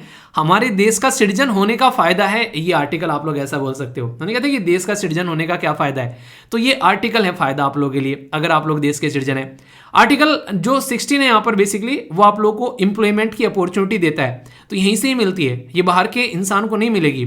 इवन जो आर्टिकल 19 है काफी इंपॉर्टेंट आर्टिकल है हमारे देश के अंदर में, कहीं पर भी रह सकते हो, कहीं पर भी घूम सकते हो, फ्रीली आप लोग अपनी लाइफ को एंजॉय कर सकते हो। ये सारी की सारी जो चीजें आप लोगों को मिली हुई है आर्टिकल 19 के अंदर में, ये अपने सिटीजन को मिली हुई है। कोई बाहर का इंसान आकर बोले कि भाई साहब हमको भी ये अधिकार दे दो, तो यार उसको थोड़ा हम लोग अधिकार दे देंगे। वो सारे अधिकारों बोलेगा मैं कहीं भी जाकर रहूंगा, तुम जाके कहीं जाके रहो और बम ब्लास्ट कर दो, वहां पर हम कहाँ ढूंढते फिरेंगे। तो इसलिए ये कहीं पर भी जाकर कुछ भी कर लो, तो अपने देश के अंदर तो आप लोगों को अधिकार रहता है। उन्हें कहते हैं कि घर का ही इंसान जो है वो बर्बाद कर सकता है, बाहर के को इतने अधिकार नहीं होते हैं, उसको पता है ना कहाँ कहाँ पर बम लगाए जा सकते हैं। तो यहाँ पर freedom of speech and expression, freedom of assembly, association, movement, रहना, प्रोफेशन करना, तो आर्टिकल 19 में जितने भी ये सारी चीजें हैं ये यहीं पर आप लोगों को सिटीजन को ही देखने को मिलेगी। आर्टिकल 29 और आर्टिकल 30 इसको तो बताइए कि माइनॉरिटी के जो अधिकार होते हैं देश के अंदर में कितनी माइनॉरिटी है, ये मैंने आप लोगों को पढ़ाया था, बताइए जरा। और कौन सी लेटेस्ट वाली माइनॉरिटी है जिसको अभी रिसेंटली ऐड किया गया है। तो ये जो अधिकार है हमारे जो मिले हुए हैं, इन अधिकारों के बारे में यहाँ पर बात की जा रही है कि हमारे सिटीजन के लिए है, तो इसलिए यहाँ पर जो गार्जियनशिप का जो अधिकार है जो सिटीजन के लिए है, तो उसमें यहाँ पर फंडामेंटल राइट जो उनके लिए काउंट होगा। ठीक है, तो ये फंडामेंटल राइट मौलिक अधिकार रहते हैं। तो अब आप लोगों के माइंड में इसको लेकर कोई कंफ्यूजन नहीं होना चाहिए। वैसे चाहो तो पॉलिटिकल लेक्चर भी आप लोग रिवाइज कर लेना, और फिर से बोलूंगा जो भी लेक्चर आप लोग कंप्लीट कर लिया करो, ठीक है, जैसे पॉलिटिका कंप्लीट कर रहे हो या फिर ये, उसके नीचे या तो डन लिख दिया करो, ठीक है, या फिर अपना जो नया शब्द है, जो नया प्यारा सा वर्ड है, जय हिंद, ठीक है, ताकि मुझे पता चलता रहे कि हाँ आप लोगों ने कंप्लीट कर लिया है। तो ये बेसिक है, कम से कम एटलीस्ट इतना आप लोग जरूर करिएगा। मुझे एक आइडिया लगता रहता है कि हाँ आप लोग जो है उसको देख रहे हैं, मतलब एक मुझे थोड़ा सा अंदाजा लगता रहता है फिर चीज़ों का। ठीक है, तो इसके बारे में कुछ बेसिक इन्फॉर्मेशन है। क्वेश्चन है, अब क्वेश्चन अटेम्प्ट करो, देखता हूँ कौन कौन सही आंसर देता है। बड़ा ही इंटरेस्टिंग सा क्वेश्चन है। सबसे पहले तो यहाँ पर ये तो आप लोगों को पता ही होगा, अभी 2021 में क्वेश्चन पूछा गया था कि right to property in India कैसा राइट है। ये लीगल राइट है ओनली फॉर सिटीजन के लिए, ये लीगल राइट अवेलेबल है टू एनी सिटीजन। पहले तो आप लोग ये देखिए कि राइट टू प्रॉपर्टी के बारे में बात की जा रही है। ठीक है, तो फंडामेंटल राइट है अवेलेबल टू सिटीजन ओनली, या फिर यहाँ पर नाइदर फंडामेंटल राइट और नो लीगल राइट, ये कैसा राइट है। आप लोग इसको कैसे सोच सकते हो, जैसे राइट टू प्रॉपर्टी की बात की जा रही है, हमारे देश में कई सारी बाहर की कंपनी है, वो यहाँ पर आकर जमीन खरीद रही हैं, अपने चीजें बना रही हैं, तो क्या हमारे ही देश के लिए लोगों के लिए है यहाँ पर ये? इसका मतलब ऐसा तो नहीं, अगर हमारे देश के लिए लोगों के लिए होता तो बाहर के लोग जो हैं वो यहाँ पर आकर अपनी चीजें कर ही नहीं पाते किसी भी तरीके से। तो एक तरीके से कानूनन वो हमारे देश में आकर जमीन खरीद पा रहे हैं, अपनी प्रॉपर्टी बना पा रहे हैं, तो legal right available to any person. तो यहाँ पर आप लोग इसको समझ सकते हैं। पहले राइट टू प्रॉपर्टी जो था वो फंडामेंटल राइट था, पर वहां से हटा दिया तो बहुत सारे इशू दिक्कतें निकल कर आ रही थी, तो यहाँ पर पहुंचा दिया। तो ऐसे आप लोग कनेक्ट करके देख सकते हैं। ठीक है, क्वेश्चन इंटरेस्टिंग बन जाएगा। बोला जा रहा है कि यहाँ पर जो फंडामेंटल राइट है अवेलेबल टू बोथ, यहाँ पर इंडियन सिटीजन और फॉरेनर। तो सही आंसर क्या है? 14, 19, 20 या 25? सही आंसर क्या है आप लोगों के हिसाब से? अभी मैंने आप लोगों को बताया, आप लोगों को मैच करना है 1 2 3, 2 3 4, 1 3 4 या फिर ऑल ऑफ द अबोव। तो सही आंसर आप लोगों को बताना है। सही आंसर क्या है यहाँ पर? सी। क्यों? क्योंकि ये मैंने अभी आप लोगों को बताया कि ये आप लोगों को यहाँ पर देखने को मिलेगा सी। एक सेकेंड, बहुत अच्छा, दोनों के लिए है यहाँ पर। ठीक है, तो दोनों के लिए अगर यहाँ पर बोला जाए तो यहाँ पर 19 वाला नहीं है। ठीक है, तो अभी मैंने आप लोगों को यहाँ पर बताया, तो क्या हो गया, यहाँ पर 19 वाला नहीं है, बाकी 14 भी है, 20 भी है और यहाँ पर 25 भी है। ठीक है, तो आंसर क्या हो गया? आंसर आप लोगों के सी हो गया। तो कंफ्यूजन कोई नहीं होना चाहिए। एक और इंटरेस्टिंग क्वेश्चन है, देखता हूं कौन आंसर देता है। फंडामेंटल राइट जो है, अगर देखो हमारे संविधान के पार्ट में आप लोगों को देखने को मिलते हैं, तो एक तरीके से जो अदर देन जो fundamental right which of the following part of the constitution of India reflect करता है principle and provision of the universal declaration of human right, यानी कि ह्यूमन राइट यानी कि इंसानों के अधिकारों के बारे में कौन कौन यहां पर बातें करता है? तो प्रियम्बल बातें करता है क्या? फंडामेंटल जो ड्यूटी बातें करती है क्या? या फिर डीपीएसपी बातें करता है क्या? तो कौन सी स्टेटमेंट करेक्ट है? 1 2 2 1 3 या फिर 1 2 3? सही आंसर क्या है आप लोगों के हिसाब से? तो यहां पर अगर आप लोग ध्यान से देखोगे, ये बात की जा रही है ह्यूमन राइट के अंदर बारे में। प्रियम्बल अगर आप लोग पढ़ोगे, वहां पर बहुत सारी चीजें आप लोगों को देखने को मिल जाती हैं। हमारे देश का जब प्रियम्बल आप लोग पढ़ोगे, पढ़ना जाकर, ठीक है, आज उसमें social justice, economic justice, political justice, तो अधिकारों के बारे में तो बात की जा रही है। ठीक है, डीपीएससी में तो दुनिया भर के आर्टिकल मिल जाएंगे, आर्टिकल 18, आर्टिकल 39, आर्टिकल 39A, 41, 43, और इसी के साथ में फंडामेंटल ड्यूटी आप लोगों को बहुत सारी मिल जाएंगी ऐसी देखने को। 6 से लेकर 14 साल के बच्चों के लिए पेरेंट की ड्यूटी बनाई गई है कि उनको आप लोग एजुकेशन दो। तो कौन सा आंसर? आंसर यहाँ पर डी हो गया। तो ये क्वेश्चन है जिनके आंसर आप लोगों से डायरेक्ट एग्जाम में पूछे गए हैं ऑलरेडी। तो इस तरीके से टॉपिक तैयार करना है। अब टॉपिक क्या था, सारी बातें आप लोगों को बता दी, बाकी आप लोग बताइए कि इनको अधिकार मिलना चाहिए फॉरेनर को या फिर नहीं। आप लोग ही क्या रहे, being a citizen of India, आप लोग इसके बारे में क्या सोचते हैं? आप लोग अपनी राय बता सकते हैं। वैसे सिटीजनशिप का भी एक अच्छा चैप्टर है तैयार करने के लिए, पार्ट 2 में सिटीजनशिप आप लोगों को देखने को मिलती है, तो उसको भी आप लोग अच्छे से तैयार कर सकते हैं। जो कि आर्टिकल कितने से कितने तक है ये आप लोगों को बताना है। जाकर सिटीजनशिप बाय वीर सर्च कर लेना, कंफ्यूजन दूर हो जाएगा। ओके दोस्तों, आप लोगों ने सुना होगा कि ये आर्टिकल बिल्कुल शानदार है, ऐसा कुछ कई बार मेरे मुंह से सुना होगा। ये उसी कैटेगरी में आर्टिकल आप लोगों को देखने को मिलेगा, पीआईबी के द्वारा कवर किया गया। और बात करेंगे स्टील के बारे में, खासकर ग्रीन स्टील की बात यहाँ पर की जा रही है। तो बहुत ही डिटेल में डिस्कस करने वाला हूँ इस पर्टिकुलर आर्टिकल को। ये जो पर्टिकुलर आर्टिकल है जीएस पेपर 2 के साथ में आप लोग कनेक्ट कर सकते हैं, गवर्नमेंट की जो पॉलिसीज है उसके साथ में। ये पर्टिकुलर आर्टिकल के बारे में अगर मैं बात करूं तो बात की जा रही है स्टील के बारे में। और सबसे इंपॉर्टेंट बात यहां पर क्या है कि अगर मैं आप लोगों से पूछूं कि क्या आप लोगों की लाइफ में कोई स्टील का इस्तेमाल है, तो वीडियो को पॉज कर कर बताओ, देखता हूँ कौन बताता है। मम्मियाँ याद आ जाएंगी आप लोगों को, क्यों? क्योंकि स्टील के बर्तन जरा से गिरे कहीं पर, मम्मी चिल्लाई फोड़ दे सारे बर्तन है। तो वही वाली बात है यहाँ पर। तो स्टील के बारे में बात करूंगा, बहुत ही शानदार आर्टिकल रहने वाला है। ग्रीन स्टील क्या होती है, कोर सेक्टर के साथ में क्या कनेक्ट है, एग्जाम में कैसे क्वेश्चन बन सकता है आप लोगों से, किस कंट्री में कितनी स्टील है, क्या क्या, और बहुत बेसिक और बैकग्राउंड इन्फॉर्मेशन हमारे देश में कहाँ कहाँ पर इससे रिलेटेड रिसोर्सेज पाए जाते हैं। मतलब मजा आने वाला आर्टिकल को आप लोगों का सुन के, इतनी सारी चीजें बताऊंगा कि आप लोगों के चक्षु खुल जाने हैं। अभी क्यों न्यूज में? क्योंकि जो मिनिस्ट्री ऑफ स्टील है उसके द्वारा बात की जा रही है कि रिड्यूस करेंगे हम लोग कार्बन एमिशन, और स्टील इंडस्ट्री के ऊपर जो भी यहाँ पर कार्बन एमिशन का जो एक बोझ रहता था उसको रिड्यूस कर कर ये ग्रीन स्टील बनाएंगे। ग्रीन स्टील मतलब हरे कलर की स्टील देखने को मिलेगी आप लोगों को, ऐसा कुछ नहीं है। स्टील बनाने का जो प्रोसीजर है उसको ये चेंज करने जा रहे हैं ताकि इन्वायरमेंट पर उसका कम नुकसान पड़े। तो ये है इसका बेसिक पर्पज, ठीक है। तो यहाँ पर बेसिकली अगर बात की जाए तो पूरा प्रोसीजर मैं आप लोगों को डिस्कस करता हुआ चलूंगा ताकि आप लोगों के माइंड में बहुत ही अच्छे से क्लैरिटी रहे, बहुत ही आसान शब्दों में। नॉर्मली अगर आप लोगों को स्टील बनानी है तो बहुत ही भयानक प्रोसीजर से होकर गुजरना पड़ता है। आप लोगों को यहाँ पर इस पिक्चर में नजर आ रहा होगा कि कितना खतरनाक जो है दृश्य देखने को मिलता है। बहुत ही ह्यूज हाई टेम्परेचर रहता है और यहाँ पर मैक्सिमम फॉसिल फ्यूल का इस्तेमाल किया जाता है, जैसे कि कोयला वगैरह हो गया। तो जब ग्रीन स्टील के बारे में हम लोग बात करेंगे तो ये जो प्रोसीजर होता है, जो इस तरीके से स्टील बनाई जाती है, इसके अंदर में लो कार्बन एनर्जी का इस्तेमाल करना हम लोग इस्तेमाल करेंगे। यानी कि अगर आज की डेट में हम लोग इस्तेमाल कर रहे हैं कोयले का, तो कोशिश करेंगे कि क्यों ना हम लोग इस्तेमाल कर लें यहाँ पर हाइड्रोजन का, या फिर कोयले में भी कोयले के गैसिफिकेशन का, या फिर कोई ऐसी इलेक्ट्रिसिटी जो कि ग्रीन सोर्सेज से लाई गई हो, जैसे कि सोलर एनर्जी का इस्तेमाल हम लोग कर सकते हैं, या फिर विंड एनर्जी का इस्तेमाल कर सकते हैं, और ग्रीन हाइड्रोजन का इस्तेमाल कर सकते हैं हम लोग यहाँ पर। तो ग्रीन हाउस गैस को जो एमिशन होता है, यानी कि जो भी ग्रीन हाउस गैस का एमिशन है उसको कट करने के लिए जो भी संसाधन हम लोग इस्तेमाल कर सकते हैं, वो क्या करेंगे, वो एक ग्रीन स्टील की ओर बढ़ते हुए हमारे कदम आप लोगों को देखने को मिलेंगे।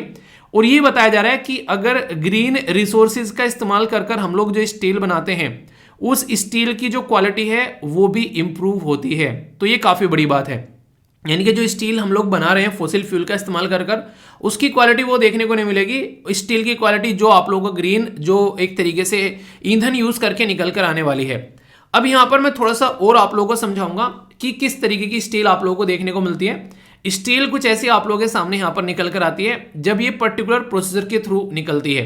पर ये कौन कौन से प्रोसीजर हैं अगर हम लोग इस्तेमाल करें तो हम लोग बोलेंगे ग्रीन हमारे पास में स्टील आ गई है। आप लोग यहाँ पर ये पिक्चर देखिए, इसको बोलते हैं ग्रे हाइड्रोजन। ग्रे हाइड्रोजन का मतलब क्या होता है, जब आप लोग कोई भी नेचुरल गैस का इस्तेमाल करते हैं स्टील को बनाने के लिए, और यहाँ पर आप लोगों को देखने को मिलेगा खासकर जब ऑक्सीजन यहाँ पर कार्बन डाइऑक्साइड निकलती है, ठीक है, तो ये क्या होगा, ये एक तरीके की आप लोगों की ग्रे हाइड्रोजन निकल कर आएगी। क्यों, क्या है यहाँ पर आप लोगों को देखने को मिलेगा कि आप लोगों के पास में कार्बन डाइऑक्साइड निकल रही है। यानी कि जब नेचुरल गैस का इस्तेमाल किया आप लोगों ने यहाँ पर बेसिकली हाइड्रोजन बनाने के लिए, तो यहां पर कार्बन डाइऑक्साइड निकली, इसको आप लोग ग्रे हाइड्रोजन बोलते हैं। जब हाइड्रोजन बनाने में ही कार्बन डाइऑक्साइड निकल गई, अब इस ईंधन को, इस हाइड्रोजन को हम लोग इस्तेमाल करेंगे स्टील बनाने में, तो ये एक ग्रीन हाइड्रोजन नहीं कहलाएगी एक तरीके से, और ना ही ये ग्रीन स्टील कहलाएगी। क्यों, क्योंकि ऑलरेडी इसमें से कार्बन डाइऑक्साइड जो है वो निकल चुकी है। अब बात करते हैं ब्लू हाइड्रोजन के बारे में। ब्लू हाइड्रोजन में भी नेचुरल गैस ही यूज करते हैं हम लोग, पर लेकिन इसमें जो कार्बन डाइऑक्साइड है उसको अंडरग्राउंड स्टोर कर लेते हैं, यानी कि पकड़ के इसको जेल में डाल देते हैं, और जो यहाँ पर हाइड्रोजन निकलती है तो इस वाली से बेटर है। क्यों, क्योंकि ये जो कार्बन डाइऑक्साइड हम लोगों ने पकड़ी है इसको बेसिकली एक पर्टिकुलर सिस्टम में कैप्चर किया है, अब ये इन्वायरमेंट में नहीं गई है। तो ये हालांकि ग्रीन हाइड्रोजन नहीं है, पर लेकिन इससे तो ज्यादा बेटर ही है, जिसने इन्वायरमेंट में ये यहाँ पर निकाल कर रख दी थी सारी कार्बन डाइऑक्साइड। तो इससे जो हम लोग स्टील बनाएंगे इस हाइड्रोजन का इस्तेमाल कर कर, अब ये वाली जो क्वालिटी है स्टील की ये और इंप्रूव आप लोगों को यहाँ पर होती नजर आएगी, और प्रोसीजर भी आप लोगों को सिस्टमेटिक वे में थोड़ा सा अच्छा होता हुआ नजर आएगा, जो कि इन्वायरमेंट पर कम नेगेटिव इंपैक्ट डालेगा। पर लेकिन कार्बन डाइऑक्साइड तो फिर भी निकल रही है यहाँ पर, ये तो है नहीं कि हम लोगों ने कार्बन डाइऑक्साइड को बिल्कुल खत्म कर दिया। तो ये भी कहीं ना कहीं क्वेश्चन मार्क लगाता है, ये ज्यादा क्वेश्चन मार्क लगाता है कि हाँ यार इसको आगे इस्तेमाल करना चाहिए या नहीं करना चाहिए। क्योंकि आप लोगों को पता है 2070 तक का हमारा टारगेट क्या है कि कार्बन एमिशन जो भी ये निकल रहा है इसको जीरो करना है। तो ये पूरा फोकस आप लोगों को देखने को मिल रहा है। अब ये यहाँ पे इकट्ठा हो गया, अगर इस्तेमाल किया तो किया, वरना ये भी इन्वायरमेंट में जाएगा फिर बाद में। तो क्यों ना ऐसा कोई तरीका खोजें कि यहाँ पर कार्बन निकले ही ना। जी हाँ, ऐसा भी कोई तरीका है, तो उसी के ऊपर फोकस देने की यहाँ पर बात की जा रही है। निकले भी तो इतना कम निकले कि ना के बराबर आप लोगों को यहाँ पर देखने को मिले। जैसे कि आप लोगों को यहाँ पर बात की जा रही है, ये है ग्रीन हाइड्रोजन। ग्रीन हाइड्रोजन में अब आते हैं तो यहाँ पर क्या होगा, हम लोग कोई भी ऐसी चीज इस्तेमाल करेंगे ही नहीं जिसमें से कार्बन निकले। जैसे ग्रीन इलेक्ट्रिसिटी इस्तेमाल कर ली, वो क्या है, हम लोगों ने सोलर एनर्जी का इस्तेमाल कर लिया, ठीक है, हम लोगों ने पानी का इस्तेमाल कर लिया। अब यहां पर जो निकल कर आएगी मार्केट में वो कार्बन डाइऑक्साइड नहीं, वो ऑक्सीजन निकल कर आएगी। यानी कि जब यहां पर हाइड्रोजन बनेगा तो ऑक्सीजन निकल कर आएगी। इसका मतलब क्या हो गया, मान लीजिए आप लोगों के पास में पानी है, अब पानी में से आप लोगों को हाइड्रोजन बनानी है, तो हाइड्रोजन तो यहां पर आ गई और ऑक्सीजन यहां पर बाहर निकल गई, तो इसमें कहीं भी कार्बन डाइऑक्साइड नहीं निकली। अब ये जो हाइड्रोजन है, इस हाइड्रोजन का इस्तेमाल करेंगे हम लोग स्टील को बनाने के लिए। अब जो इस हाइड्रोजन से स्टील बनाई जाएगी, अब ये स्टील जो है आप लोग की ये ग्रीन स्टील कहलाएगी, और इस स्टील की क्वालिटी जो है वो उम्दा लेवल की आप लोगों को देखने को मिलेगी, यानी कि आम के आम और गुठलियों के दाम। तो ये सिस्टम आप लोग यहां पर बोल सकते हैं। अब इंटरेस्टिंग चीज मैं आप लोगों को बताता हूं, अभी हमारे देश के अंदर में नेशनल हाइड्रोजन जो मिशन है उसको लॉन्च किया गया। तो इसका बेसिक पर्पज क्या है, ऐसा नहीं कि हम लोग स्टील बनाने के लिए उस मिशन को लॉन्च कर रहे हैं भाई साहब, ऐसा बिल्कुल नहीं है। अकेला स्टील में नहीं, वो बहुत ही शानदार तरीके से हमारा जो ट्रांसपोर्टेशन सेक्टर है, यानी कि आप लोगों को उससे गाड़ियां चलती हुई आने वाले टाइम में नजर आने वाली है, इन्वायरमेंट को बहुत कम यहां पर नुकसान पहुंचाएगी। कार्बन डाइऑक्साइड का जो एमिशन है वो बिल्कुल जीरो कर दिया इसने, तो बिल्कुल भी ये एक तरीके से इन्वायरमेंट पर नेगेटिव इंपैक्ट यहां पर नहीं पहुंचाने वाली है। और इसी के साथ में पानी की जो क्वांटिटी है वो तो इतनी अवेलेबल है, अगर आप लोग समुद्र के पास में जाएंगे तो आप लोगों को देखने को मिलेगा पूरा समुद्र जो है वो पानी से भरा हुआ है। तो वहां से आप लोग अगर पानी को निकालकर उसको आप लोगों को सही तरीके से प्योर कर इस्तेमाल करना स्टार्ट कर देते हैं तो बहुत ही फायदा देखने को मिलेगा। पर लेकिन मुद्दा यहां पर यह है, इसमें भी आप लोग कुछ ना कुछ, उन्हें कहते हैं कि हर सिक्के के दो पहलू होते हैं, कुछ दिक्कत देखने को मिलेगी। जैसे कि ये ग्रीन हाइड्रोजन आप लोग वहीं पर ही बना सकते हैं जिन एरिया में आप लोगों के पास में रिन्यूएबल एनर्जी है और जिन एरिया में आप लोगों के पास में वाटर यानी कि पानी है। अब मान लीजिए आप लोग को अगर बात करूं राजस्थान के अंदर, आज के डेट में अगर आप लोग जाते हैं तो राजस्थान के अंदर में दुनिया भर की आप लोगों को मिल जाएगी सोलर एनर्जी, आप लोग जाकर अच्छे से प्लांट लगा सकते हैं। पर लेकिन राजस्थान में पानी तो मिलेगा नहीं कि आप लोग उससे हाइड्रोजन बना लोगे। तो एक ये भी बहुत बड़ी दिक्कत है, जहां पर सोलर एनर्जी या फिर बोलूं तो मोटे मोटे तौर पर रिन्यूएबल एनर्जी है, वहां पर पानी नहीं है। ठीक है, उन्हीं आप लोगों ने डायलॉग सुनागा कि जब हरी थे तब मैं नहाई, अब हरी है हम नहाई, कुछ ऐसा करके कुछ एक दोहा है जो मुझे एग्जैक्टली मैं रिकॉल नहीं कर पा रहा हूँ। मतलब उसमें ये कहता है कि जब एक तरीके से मेरे पास में गुरु थे तो तब तो मेरा इच्छा नहीं करी पढ़ने की, अब इच्छा कर रही है तो पढ़ने की, तो मेरे पास में गुरु नहीं है। तो वाली चीज़ें देखने को मिलेगी। तो कहीं ना कहीं दोनों में बैलेंस बनाना जरूरी है। उन्हें कहते हैं कि टाइम निकल गया, उस टाइम पर एक तरीके से फिर हम लोग बैठे हुए रो रहे हैं कि काश आज टाइम होता। तो ये जिंदगी जो है कुछ ऐसे ही पैटर्न में आप लोगों को देखने को मिलेगी। एक टाइम पे इंसान कहता है कि यार मेरे पास में अटेम्प्ट नहीं है, और एक टाइम पे इंसान कहता है कि मेरे पास में टाइम नहीं है। तो अब आप लोग देख लो, जब अटेम्प्ट निकल जाएंगे फिर टाइम ही टाइम रहेगा, पर लेकिन उस टाइम का कोई यूटिलाइजेशन नहीं रहेगा। पर लेकिन आज की डेट में अटेम्प्ट है तो आप लोग सोच रहे हो कि ढंग से पढ़ने के बारे में, पर लेकिन पढ़ नहीं पा रहे हो। तो सोचो कि किस तरीके से पैटर्न को लेकर चलना है। तो दोनों में एक बैलेंस बनाकर चलना काफी ज्यादा जरूरी है, वरना ग्रीन हाइड्रोजन नहीं बनेगी। ठीक है, कोई और ही हाइड्रोजन बनती ही आप लोगों को नजर आएगी। अब कुछ बातें मैं आप लोगों को अपने देश के बारे में बताता हूं जो इंटरेस्टिंग है। दुनिया में अगर पूछे कि हमारा देश जो है वो स्टील प्रोडक्शन में कौन से नंबर पर आता है, तो याद रखना दूसरे नंबर पर हम लोग आते हैं। यानी कि पहले नंबर पर कोई और है, जी हाँ, पहले नंबर पर है हमारा बहुत ही घनिष्ठ मित्र जिगरी दोस्त चाइना। ठीक है, तो यानी कहने का मतलब यहां पर यह सोचो, दुनिया में दूसरे नंबर पर हम लोग स्टील बना रहे हैं, तो कितना बड़ा एरिया होगा हमारे देश के अंदर में स्टील प्रोडक्शन का, और कितनी सारी कार्बन डाइऑक्साइड जो है वो हम लोग रिलीज करते होंगे। अगर ग्रीन हाइड्रोजन का इस्तेमाल हम लोग करने लगे तो कितना ज्यादा फायदा देखने को मिलेगा। जो कोयले वगैरह का इस्तेमाल हम लोग इसके अंदर करते हैं वो भी कई बार बाहर से लेकर आना पड़ता है, जैसे कि ऑस्ट्रेलिया, तो वो भी बचेगा। तो यानी कि हमारा इंपोर्ट भी यहां पर कम हो जाएगा। तो यानी कि जो हमारी करेंसी बाहर जाती थी वो भी कहीं ना कहीं खत्म हो जाएगी। अपने ही देश में ग्रीन हाइड्रोजन हम लोग बनाएंगे तो हमारे ही देश में इंप्लॉयमेंट भी जनरेट होगा। ये बहुत बड़ा फायदा आप लोगों को यहाँ पर नजर आएगा, और इन्वायरमेंट को नुकसान भी नहीं होगा। यानी कि आम के आम और गुठलियों के दाम वाली बात हो जाएगी वैसा पूरा। तो वर्ल्ड में सेकंड लार्जेस्ट हम लोग यहाँ पर क्रूड स्टील बनाते हैं। पर लेकिन अब यहाँ पर आने वाले टाइम में हम लोग एक ग्रीन स्टील बनाते हुए नजर आएंगे, तो इसको हम लोग को सुधारना है। फिलहाल के टाइम पर अगर बात करें तो मोटे मोटे तौर पर 120 मिलियन के करीब 120 मिलियन टन के करीब हम लोग जो है अपने देश के अंदर में क्रूड स्टील बना रहे थे 2022 के अंदर में। इसमें अगर आप लोगों को मोटे मोटे तौर पर कुछ बेसिक चीजें बताऊं कि हम लोग बना तो रहे हैं, पर लेकिन रिजर्व कहां कहां पर है हमारे देश के अंदर में, अगर आप लोग देखोगे तो रिजर्व कहां कहां पर आप लोगों को देखने को मिलते हैं। तो यहां पर आप लोगों को नजर आएगा उड़ीसा, इसी के साथ में झारखंड, इसी के साथ में आप लोगों को देखने को मिलेगा वेस्ट बंगाल। नेक्स्ट अगर बात करेंगे तो आप लोगों के सामने आ गया छत्तीसगढ़, यानी कि इसी के साथ में आंध्र प्रदेश आप लोग लगा लीजिए। तो ये पूरी बेल्ट है हमारे देश के अंदर में जहां पर बहुत लार्ज स्केल पर चीजें जो है रो मटेरियल यानी कि रिजर्व देखने को मिलता है। पर लेकिन सबसे ज्यादा प्रोड्यूस कहां कहां पर किया जाता है, तो एक तो आप लोगों को छत्तीसगढ़ के अंदर में देखने को मिलेगा, जो कि रीजन पर्टिकुलर रीजन है यहाँ पर एक तरीके से बलिया वाला रीजन, ठीक है। इसी के साथ में आप लोगों को देखने को मिलेगा वेस्ट बंगाल में दुर्गापुर वाला रीजन, वेस्ट बंगाल में आप लोगों को यहाँ पर बर्नपुर वाला रीजन देखने को मिलेगा, झारखंड के अंदर में यहाँ पर जमशेदपुर वाला रीजन आप लोगों के सामने यहाँ पर निकल कर आएगा, उड़ीसा के अंदर में राउरकेला वाला रीजन आप लोगों को देखने को मिलेगा, और बोकारो झारखंड के अंदर देखने को मिलेगा। यानी कि यहाँ पर सबसे ज्यादा कच्चा जो एक रॉ मटेरियल पाया जाता है, और यहीं पर ही जहां पर रॉ मटेरियल होगा वहीं पर ही आप लोगों के लिए जो है स्टील प्रोड्यूस होगी। इसको ऐसे समझ सकते हैं थोड़ी सी और नॉर्मल भाषा में, मान लीजिए आप लोगों के एरिया में बहुत ज्यादा गन्ना प्रोड्यूस होता है, आप लोग यहाँ पर महाराष्ट्र से आते हैं, उत्तर प्रदेश से आते हैं, गुजरात से आते हैं, या फिर आप लोग पर्टिकुलर किसी एरिया से आते हैं जहां पर गन्ना प्रोड्यूस होता है। अब जिस एरिया में गन्ना प्रोड्यूस होता है, अब उस एरिया में ही आप लोगों को गुड़ जो है वहां पर आप लोगों को बेसिकली बनता हुआ नजर आएगा। चीनी के मिल उसी एरिया में आप लोगों को यहाँ पर देखने को मिलेंगे। तो यानी कि जहां पर रॉ मटेरियल होगा वहीं पर ही आप लोगों को लिए ये पर्टिकुलर चीजें आप लोगों को नजर आएंगी। तो इंडिया जो है, इंडिया दुनिया में सेकंड लार्जेस्ट प्रोड्यूसर है, पर लेकिन हमारे देश में खपत इतनी ज्यादा है, हर घर में स्टील के बर्तन आप लोगों को देखने को मिल जाते हैं। क्या वो खपत है? वो तो एक अलग चीज हो गई यार। बाकी के दुनिया भर के जो और इस्तेमाल आप लोगों को आज के डेट में देखने को मिलेंगे, बड़ी बड़ी कंस्ट्रक्शन बनाए जा रहे हैं, बड़ी बड़ी चीजें, तो वहां पर बहुत ही लार्जेस्ट स्केल पर यहाँ पर इसका खपत होता है।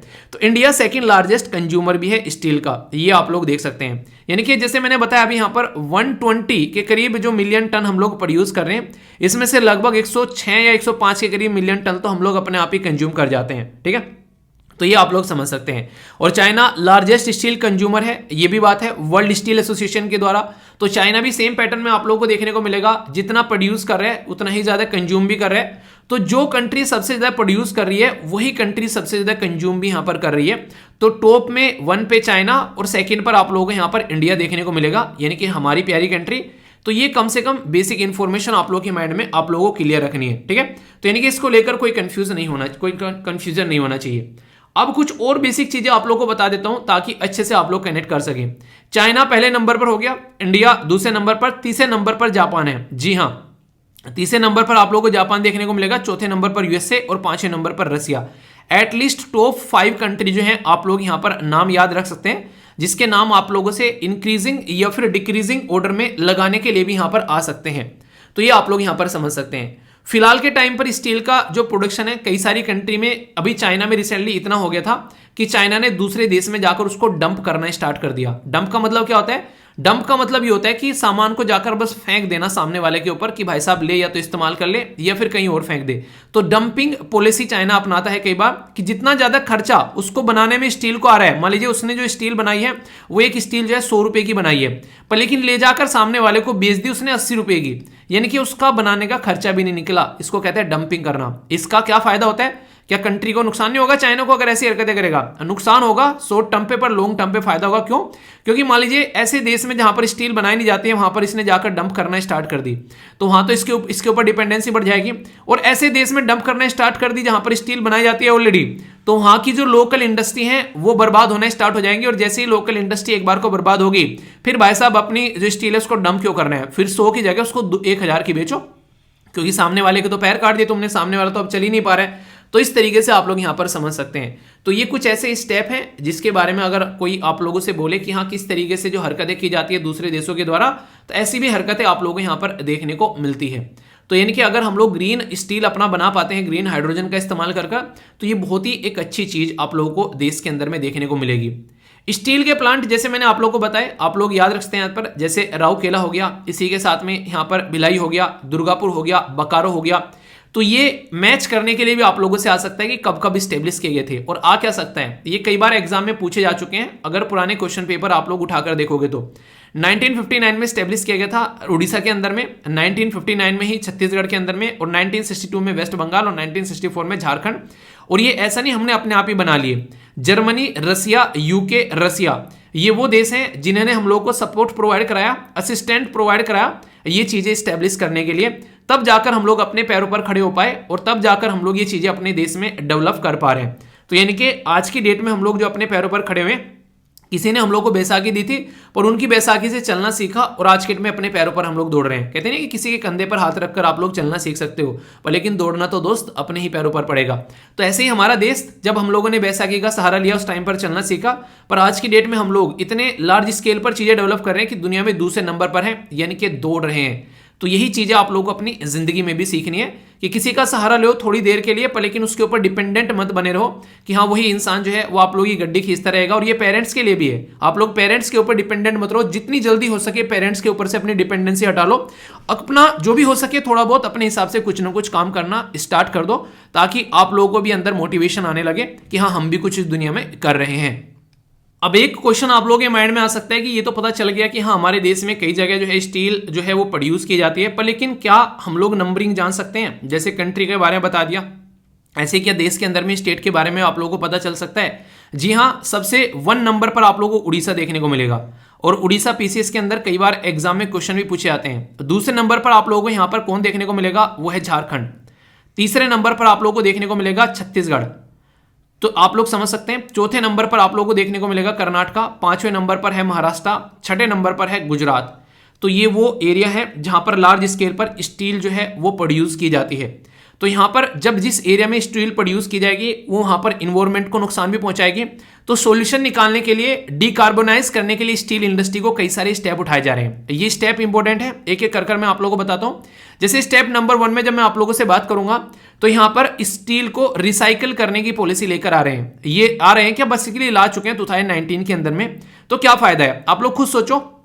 मैं आप लोगों को बोलूं कि आप लोगों के पास में जैसे कि क्या बोला जाए, कुछ उदाहरण लिया जाए। जैसे कि आप लोगों के पास में कोई क्या मतलब कुछ एग्जैक्टली मेरे माइंड में कोई ऐसा उदाहरण नहीं आ रहा है जो कि अच्छा सा जो आप लोगों इस चीज को एक्सप्लेन कर सके। एक मिनट रुको।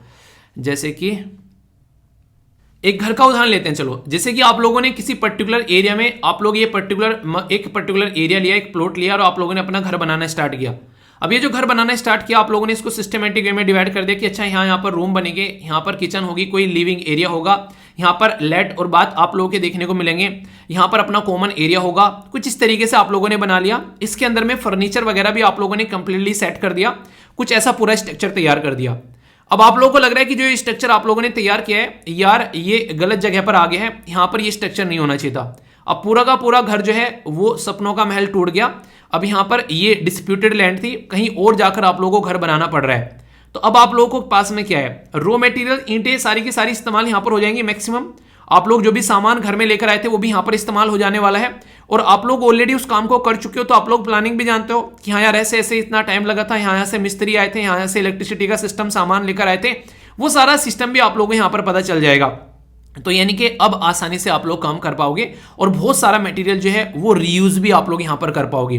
तो जब मैं आप लोगों से बात करता हूं स्क्रैप जो रिसाइकिल पॉलिसी की स्टील की, तो इसका मतलब यह है कि अब हमको फिर से स्टील बनाने की जरूरत नहीं है। जो ऑलरेडी स्क्रैप पड़ा हुआ है हमारे पास में स्टील का, उसी को रीयूज करने की जरूरत है। तो इससे क्या होगा, ऑलरेडी हमारा जो बेसिकली कार्बन एमिशन है वो कम होगा, कोयले का कंजप्शन जो है वो कम होगा, इन्वायरमेंट फ्रेंडली चीजें आप लोगों को देखने को मिलेगी। तो ये स्टेप काफी इंपॉर्टेंट है जिसमें हम लोग स्टील स्क्रैप रिसाइकिल पॉलिसी 2019 में लेकर आए थे। तो ये पॉइंट आप लोग याद रखिएगा, ठीक है। अब दूसरा इंपॉर्टेंट मुद्दा हम लोग क्या कर रहे हैं यहां पर, ताकि स्टील इंडस्ट्री को डिकार्बोनाइज किया जा सके, कि हम लोग ग्रीन हाइड्रोजन की ओर चल रहे हैं। इसीलिए हम लोगों ने नेशनल ग्रीन हाइड्रोजन मिशन जो है वो लॉन्च किया कि इसका इस्तेमाल हम लोग यहां पर कर रहे हैं। तीसरा हम लोग क्या कर रहे हैं, अभी आप लोगों ने सुना होगा, अगर बजट का स्पीच आप लोगों ने ध्यान से सुना तो उसमें मोटर व्हीकल रजिस्ट्रेशन फंक्शन और जो भी यहां पर स्क्रैपिंग फैसिलिटी की बात की गई, यानी कि जो भी व्हीकल 15 साल से ऊपर के हैं उनको भी स्क्रैप यहां पर किया जाएगा, यानी कि एक तरीके से खत्म किया जाएगा उनको भी।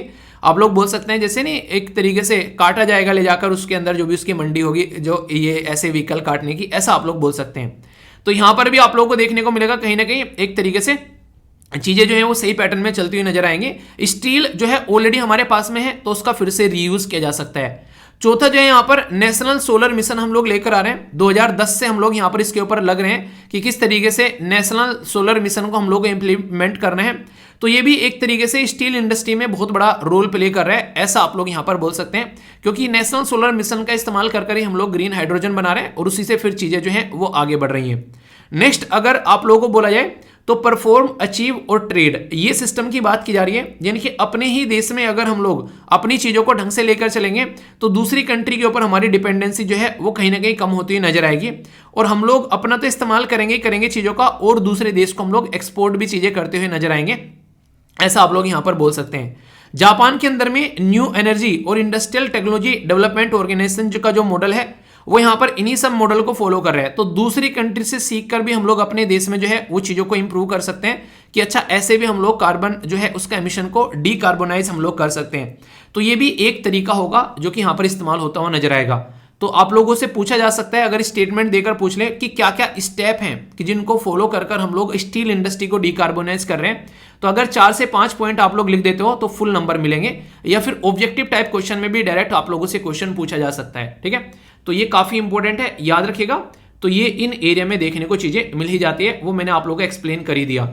अब एक और टॉपिक है यहां पर जो कि इसी के अंदर कवर कर लेता हूं, पूरा एक एक्स्ट्रा टॉपिक आप लोगों का बनता है, और इससे तो प्रीलिम्स के अंदर में क्वेश्चन भी आप लोगों से पूछा जा चुका है कि कोर सेक्टर कौन कौन से होते हैं, कोर सेक्टर कितने हैं। क्वेश्चन पहला ये बताइए, टोटल मिलाकर 8 कोर सेक्टर हैं।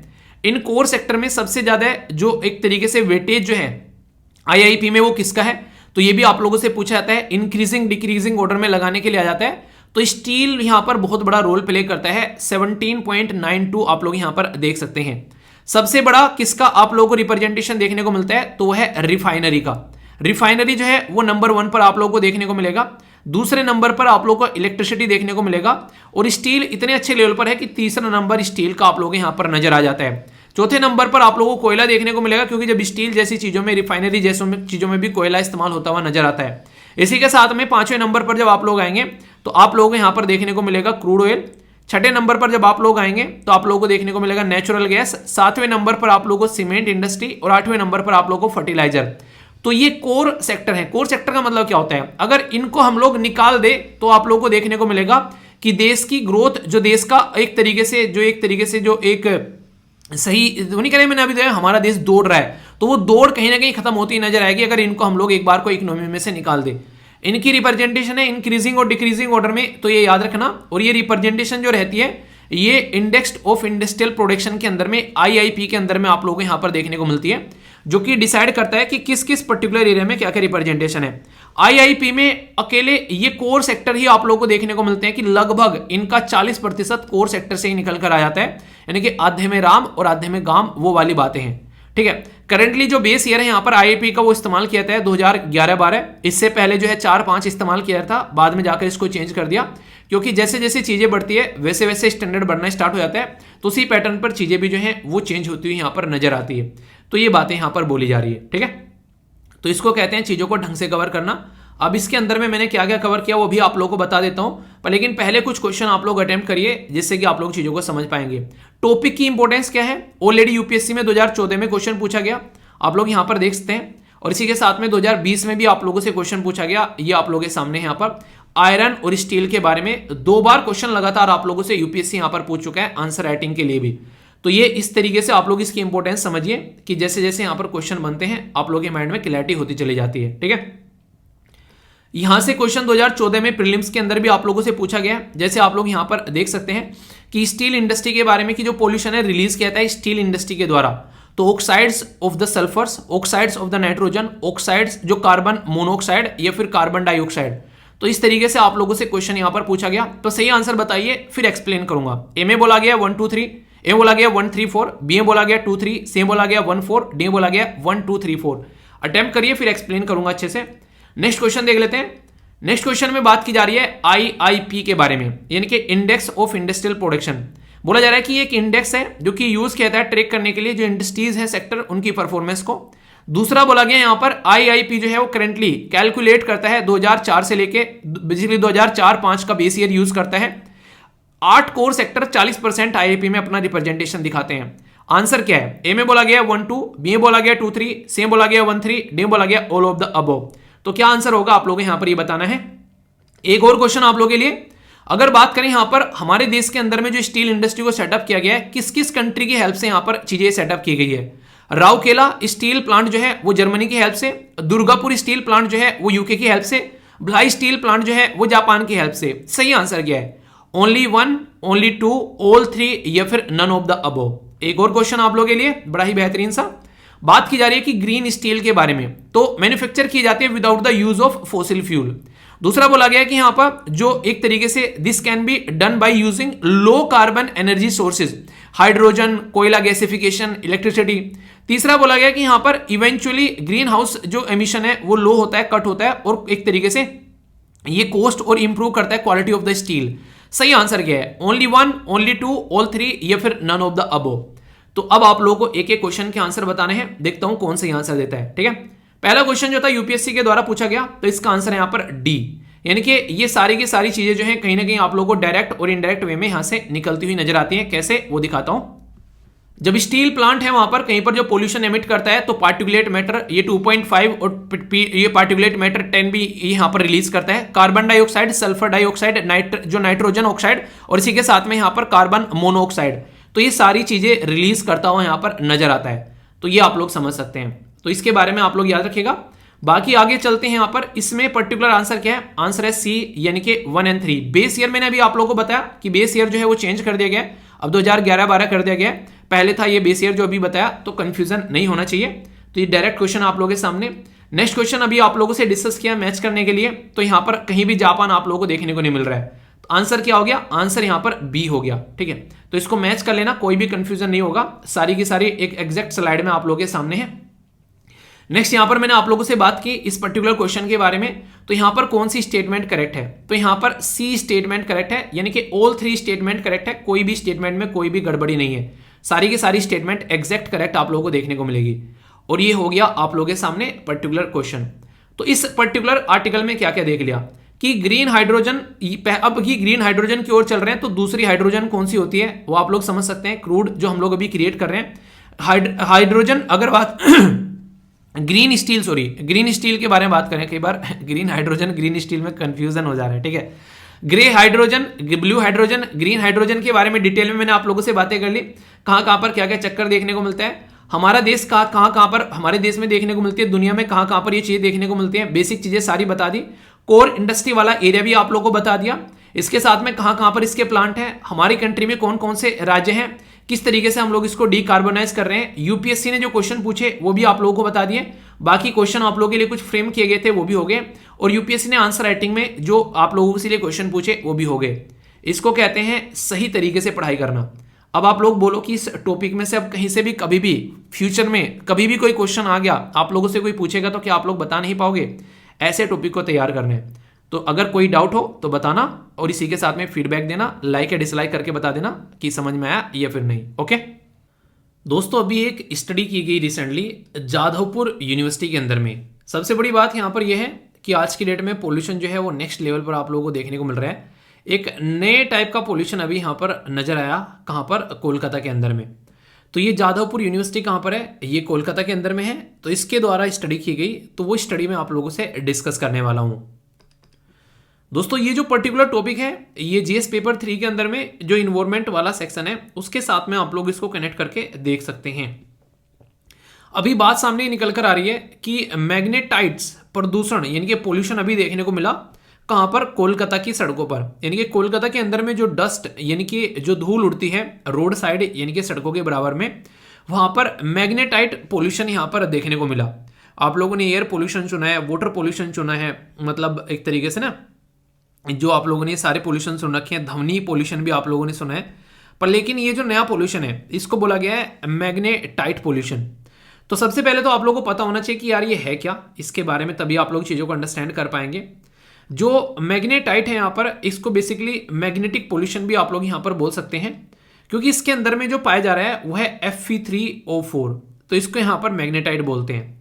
तो ये एक तरीका मिनरल है, ये खासकर जहां पर इंडस्ट्रीज होती हैं, बड़ी बड़ी माइनिंग्स होती हैं, यानी कि एक तरीके से ना जहां पर एक तरीके से आप लोग बोल सकते हैं कि उद्योग होते हैं, बड़े बड़े खनन जो होते हैं, वहां पर आप लोगों को देखने को मिलेगा बड़ी बड़ी इंडस्ट्रीज, यानी कि जहां पर इस तरह की चीजें देखने को मिलती हैं, वहां पर आप लोगों को नजर आएगा ये मैग्नेटाइट।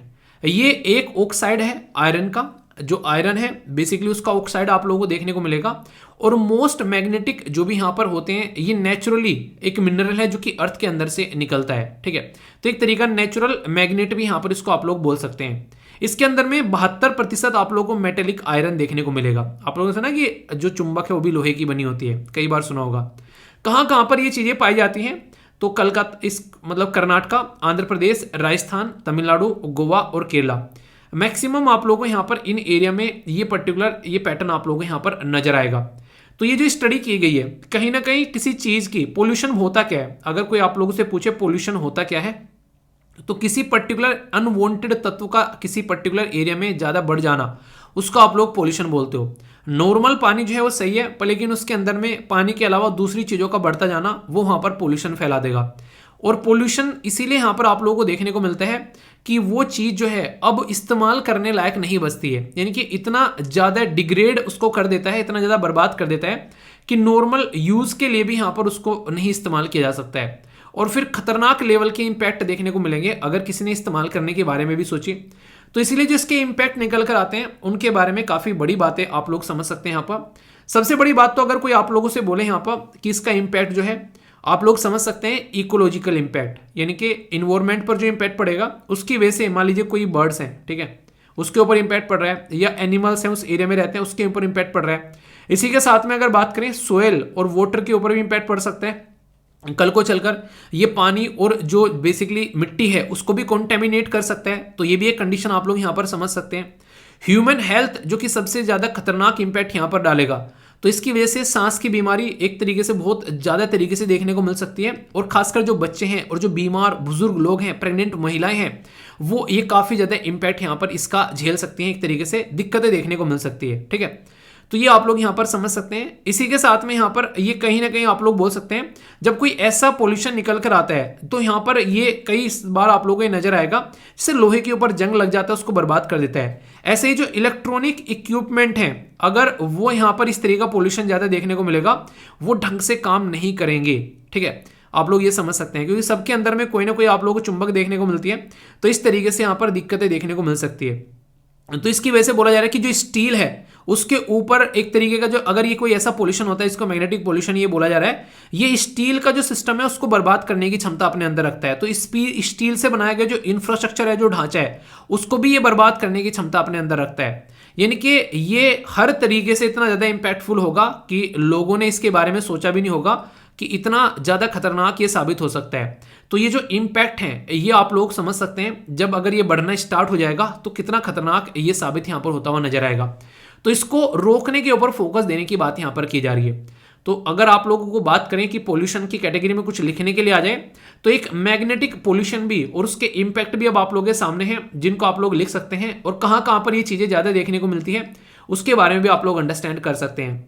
इन राज्यों से अगर आप लोग आते हैं, कर्नाटका, आंध्र प्रदेश, राजस्थान, तमिलनाडु, गोवा, केरला, तो यहाँ के तो स्टेट पीसीएस के लिए भी आप लोग के लिए स्पेशल क्वेश्चन बन जाएगा कि मैग्नेटिक पोल्यूशन के बारे में आप लोग को एक्सप्लेन करना है, ठीक है।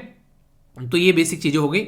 ये इस तरह की चीजें हैं कि यहां से क्वेश्चन भी आप लोगों से पूछे जाते हैं। अगर बात करूं आप लोगों से तो ऐसे टॉपिक है 2016 में आप लोग यहां पर देखते हैं यूपीएससी ने क्वेश्चन पूछा एयर क्वालिटी इंडेक्स के बारे में। तो जब यहां पर बात करते हैं कि एयर क्वालिटी जो इंडेक्स है वो क्या क्या कैलकुलेट करता है, तो carbon dioxide, carbon monoxide, nitrogen oxide, sulphur dioxide या फिर मीथेन। तो इसके बारे में जब हम लोग बात करते हैं तो कौन कौन सी चीज यहां पर ये काउंट करके चलता है, तो ये आप लोगों को यहां पर मैंने एयर क्वालिटी इंडेक्स पढ़ाया था, तो उसमें कई बार चीजें बताई है, आंसर यहां पर भी है, पर आप लोग समझ सकते हैं इसके अंदर में पार्टिकुलेट मैटर 2 पॉइंट यहां पर ये 5 बेसिकली NO2, SO2, CO, तो CO2 यहां पर आप लोगों को नहीं देखने को मिलेगी, ठीक है। तो यानी कि कार्बन डाइऑक्साइड आप लोगों को यहां पर नहीं देखने को मिलेगी, ये आप लोग समझ सकते हैं। ना ही इसके अंदर में आप लोगों को बेसिकली मेथेन नजर आएगी, ठीक है। तो यहाँ पर आप लोगों को कहीं मेथेन भी आप लोगों को देखने को नहीं मिलेगी। तो ये डायरेक्ट क्वेश्चन आप लोगों से पूछे जाते हैं इस तरीके के, और इसके ऊपर यहाँ पर इनके द्वारा एयर क्वालिटी स्टैंडर्ड तैयार किया जाता है कि 0 से लेके 5 तक है तो गुड क्वालिटी है, 551 से लेके 100 तक, 0 से लेके 50 तक है तो गुड क्वालिटी है, इससे ऊपर 51 से लेके 100 तक है तो ठीक ठाक है, फिर इसके ऊपर जाएंगे तो मॉडरेट है, फिर तो गरीब हो गया, फिर वेरी गरीब हो गया, और फिर तो खतरनाक हो गया। ठीक है, पुअर मतलब खतरनाक क्वालिटी आप लोग बोल सकते हैं। तो यूपीएससी ने डायरेक्ट क्वेश्चन पूछ लिया। अब यहां से क्या क्वेश्चन बन सकता है, बोल देंगे कि मैग्नेटिक पोल्यूशन जो है, उस बात की जा रही है इसके बारे में कि मैग्नेटिक पोल्यूशन जो है वो रेफर करता है प्रेजेंस ऑफ द मैग्नेटाइट, जिसको FeO4 बोलते हैं, इन द इन्वायरमेंट। और ह्यूमन एक्टिविटी जैसे कि माइनिंग, स्टील या फिर कुछ ऐसी चीजें देखने को मिलती है, तो उसकी वजह से यहां पर ये प्रॉब्लम निकल कर आती है। ठीक है, मैग्नेटाइट जो है यहां पर ये एक आयरन ऑक्साइड है, जो कि मोस्ट ऑफ द जो मैग्नेटिक है ऑल द नेचुरल ये फॉर्म में आप लोगों को देखने को मिलता है, तो नेचुरल मैग्नेट भी इसको बोल सकते हैं। मैग्नेटाइट जो है वो 90% मेटेलिक आयरन अपने अंदर रखता है। ऐसी स्टेटमेंट तो डायरेक्ट आप लोगों से बेसिकली जनरल साइंस वाला जो टॉपिक होता है ना, उसके अंदर भी आप लोगों से पूछ ली जाती है। क्या स्टेटमेंट करेक्ट है, 1 2 2 3 1 3 या फिर all of the above? A B C या फिर D में सही आंसर क्या होगा ये आप लोगों को बताना है। तो सही आंसर क्या है, वो है बी। क्यों? क्योंकि फर्स्ट स्टेटमेंट जो है, एक स्टेटमेंट जो है यहां पर आप लोगों को, एक सेकेंड, ये 90% थोड़ा ना बोला था मैंने, अभी कितना बताया था यहां पर, 72% यहां पर बोला था। ठीक है, तो 72% यहां पर आप लोगों को देखने को मिलेगा। तो आंसर क्या हो जाएगा यहां पर, इसका थर्ड गलत हो गया। ठीक है, तो ए आंसर हो जाएगा। ठीक है, तो इसको आप लोग करेक्ट कर लेना, बाकी मैं इसको करेक्ट कर दूंगा जब PDF आप लोग डाउनलोड करेंगे। ठीक है, तो यहां पर कितना है, तो ये यहां पर गलत स्टेटमेंट दे दी है, बेसिकली लगभग आप लोगों को देखने को मिलेगा 72%। ठीक है, तो यहां पर जो मैग्नेटाइट कंटेन करता है 72, ये बेसिकली आयरन। तो क्या हो गया आंसर यहां पर ए हो गया। क्यों? क्योंकि करेक्ट पूछा गया है, और इनकरेक्ट कौन सा है, ये तीसरा आप लोगों को देखने को मिलेगा। ठीक है, तो कंफ्यूजन नहीं होना चाहिए, तो आंसर इसका ए हो गया। ठीक है, बाकी कैसे क्वेश्चन पूछा गया आंसर राइटिंग में, तो एयर क्वालिटी के बारे में पूछा गया कि डिस्क्राइब करना है ग्लोबल एयर क्वालिटी गाइडलाइन, इसके बारे में, जो कि WHO के द्वारा रिलीज की गई थी, और कैसे डिफरेंट है यहां पर, जो कि पुराना था 2005 का अपडेट। और नेशनल एयर क्वालिटी प्रोग्राम के बारे में बात की गई, जो हमारे देश में ऑलरेडी चलाए जा रहे हैं, कि कैसे एयर की क्वालिटी को हम लोग को इंप्रूव करना है। तो ऐसे क्वेश्चन आप लोगों से अक्सर पूछ ले जाते हैं, तो माइंड में कोई कंफ्यूजन इसको लेकर नहीं होना चाहिए। ठीक है, तो आई होप कि आप लोगों के माइंड में इसको लेकर क्लैरिटी आई होगी। कोई डाउट ना हो तो इस तरीके से चीजों को तैयार करो। अब यहाँ पर डायरेक्ट क्वेश्चन आप लोगों से पूछे जा सकते हैं बेसिक इन्फॉर्मेशन के साथ में, और बाकी क्वेश्चन किस तरीके से पूछे जा रहे हैं पोल्यूशन से रिलेटेड वो बता दिया। यहाँ से अगर पूछ लेंगे क्या क्या कैटेगरी है, तो ये भी आप लोगों से बन सकता है। तो बेसिक चीजें ढंग से तैयार करो, और टॉपिक को ऐसे तैयार करो कि वहां से कोई भी क्वेश्चन बने तो कंफ्यूजन न हो। देखो यार, करना आपको ही पड़ेगा। अगर आप लोग सोच रहे हैं कि कोई आप लोग की जगह आकर पढ़ लेगा, और तो इससे हुआ नहीं है, और कोई सोच रहा है कि एक दिन में ही सब कुछ कवर कर लें, तो वो बेसिकली उसका भी कुछ होने वाला है नहीं है। तो आराम आराम से एक पैटर्न में अपने आप को एक डिसिप्लिन में लेकर चलते रहो, लाइफ जो है वो आगे बढ़ती रहेगी, और जैसे जैसे चीजें आगे चलती रहेंगी वैसे वैसे आप लोगों को चीजें आसान लगने लगेंगी। स्टार्टिंग में हर एक चीज जो है वो कॉम्प्लेक्स लगती है, स्टार्टिंग में हर एक चीज जो है वो ऐसी लगती है टफ कि पता नहीं क्या होगा, पर जैसे जैसे चीजें आगे बढ़ती हैं फिर आसान होती चली जाती हैं। तो यही चीजें सीखते सीखते आप लोगों को आगे बढ़ना है। ठीक है, तो कंफ्यूजन नहीं होना चाहिए, होगा तो बताना, दूर करेंगे। बाकी काफी इंपॉर्टेंट एक न्यूज आप लोग बोल सकते हैं यहाँ पर, अभी रिसेंटली जो पैलेस्तीन है, जिसमें जो आप लोगों को दिक्कतें देखने को मिल रही है, यहाँ पर जो अटैक किया जा रहा है बेसिकली इजराइल के द्वारा, तो इजिप्ट ने दीवार बनाना स्टार्ट कर दिए ताकि वहां से कोई एंट्री न कर सके और उसको रोका जा सके। तो ये आप लोगों को यहाँ पर देखने को मिलेगा। तो इसके चलते आगे आने वाले टाइम में रिफ्यूजी की प्रॉब्लम से बचने के लिए इजिप्ट के द्वारा ये स्टेप उठाए जा रहे हैं। ये है इजिप्ट, और ये आप लोगों को यहाँ पर देखने को मिलेगा पैलेस्तीन वाला एरिया, और ये होगी अपनी प्यारी कंट्री। तो यहां से कंपेयर कर आप लोग इसको देख सकते हैं। अगर कोई दिक्कत हो तो मैं बेस्ट क्वेश्चन आप लोगों का बन सकता है, हल्का सा याद रखिएगा। पेटीएम यूज करने वालों के लिए एक राहत की सांस है। यहाँ पर ईडी ने बोला कि कोई भी यहाँ पर वॉल्यूशन देखने को नहीं मिला।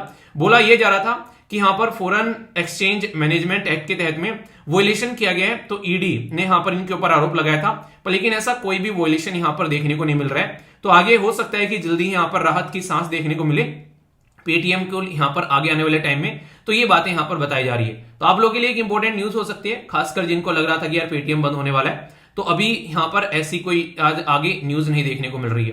बाकी आज जो है ये याद रखिएगा, आज नहीं मतलब कल से लेकर 27 तारीख तक यहां पर ये ताज महोत्सव आप लोगों को देखने को मिलता है। आगरा के अंदर में सेलिब्रेट किया जाता है, हमारी कल्चर और हेरिटेज को दिखाने की कोशिश की जाती है। तो इसके बारे में आप लोगों को पता होना चाहिए, थोड़ा सा बेसिक है, इंपॉर्टेंट है, आप लोगों से क्वेश्चन पूछ लिया जाता है कई बार। और अगर आप लोग उत्तर प्रदेश से आते हैं तो डायरेक्ट क्वेश्चन भी आप लोगों से यहां पर बन सकते हैं। ठीक है, ये है आज की वोकैबुलरी। इनके ऊपर में सेंटेंस फॉर्म जरूर करना। जितने सेंटेंस बनाओगे उतना ही अच्छा आप लोग लिखना भी सीखोगे।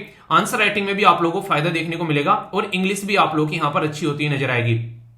आंसर एक बार जरूर जाकर देखना। यहां पर इनके द्वारा बहुत ही शानदार आंसर दिए गए हैं राधा रानी के द्वारा। आप लोग अगर एक बार इनका कमेंट जो मैंने पिन किया है कल की वीडियो के नीचे देखकर दिल खुश ना हो जाए तो बताना, आप लोग का भी पढ़ने का मन करेगा। तो आंसर एक बार पढ़ना, आप लोग का दिल जो है वो बिल्कुल एक तरीके से ये बोलेगा कि वाह यार क्या शानदार आंसर दिए गए। ठीक है, तो आप लोग पार्टिसिपेट जरूर करना। ये था आज का डिस्कशन। मैं आशा करता हूं शानदार तरीके से आप लोगों ने एंजॉय किया होगा। बाकी आंसर राइटिंग ग्रुप में ज्वाइन होना चाहते हैं तो आप लोग यहां पर ज्वाइन हो जाइएगा और इसी के साथ में फीडबैक जरूर देना कैसा लगा ये लेक्चर आप लोगों को। इसी तरीके से अपना ध्यान रखिए। और जैसा कि मैंने आप लोगों को बताया था, थोड़ा सा मेरी जो बेसिकली जो मुंह में थोड़ा सा प्रॉब्लम है उसको लेकर मुझे ये वीडियो जो है ये आप लोगों को इस फॉर्म में प्रोवाइड करानी पड़ रही है। तो इसको एंजॉय करिए। बाकी कोई भी दिक्कत होगी तो फिर आगे सोल्व करेंगे। अपना ध्यान रखिए। बड़ों को नमस्ते, छोटों को प्यार, छोटी सी लाइफ एंजॉय करार। मिलता हूं नेक्स्ट लेक्चर में, तब तक के लिए जय हिंद। और हाँ, 11 बजे आप लोग की वीडियो आएगी, उसके लिए भी तैयार रहना। जो मैंने बोला था शानदार वीडियो होगी, इसमें काफी कुछ आप लोग को जानने को मिलने वाला है। ठीक है, चलिए फिर अपना ध्यान रखिए। All the best to all of you. अच्छे से दिन को एंजॉय करिए।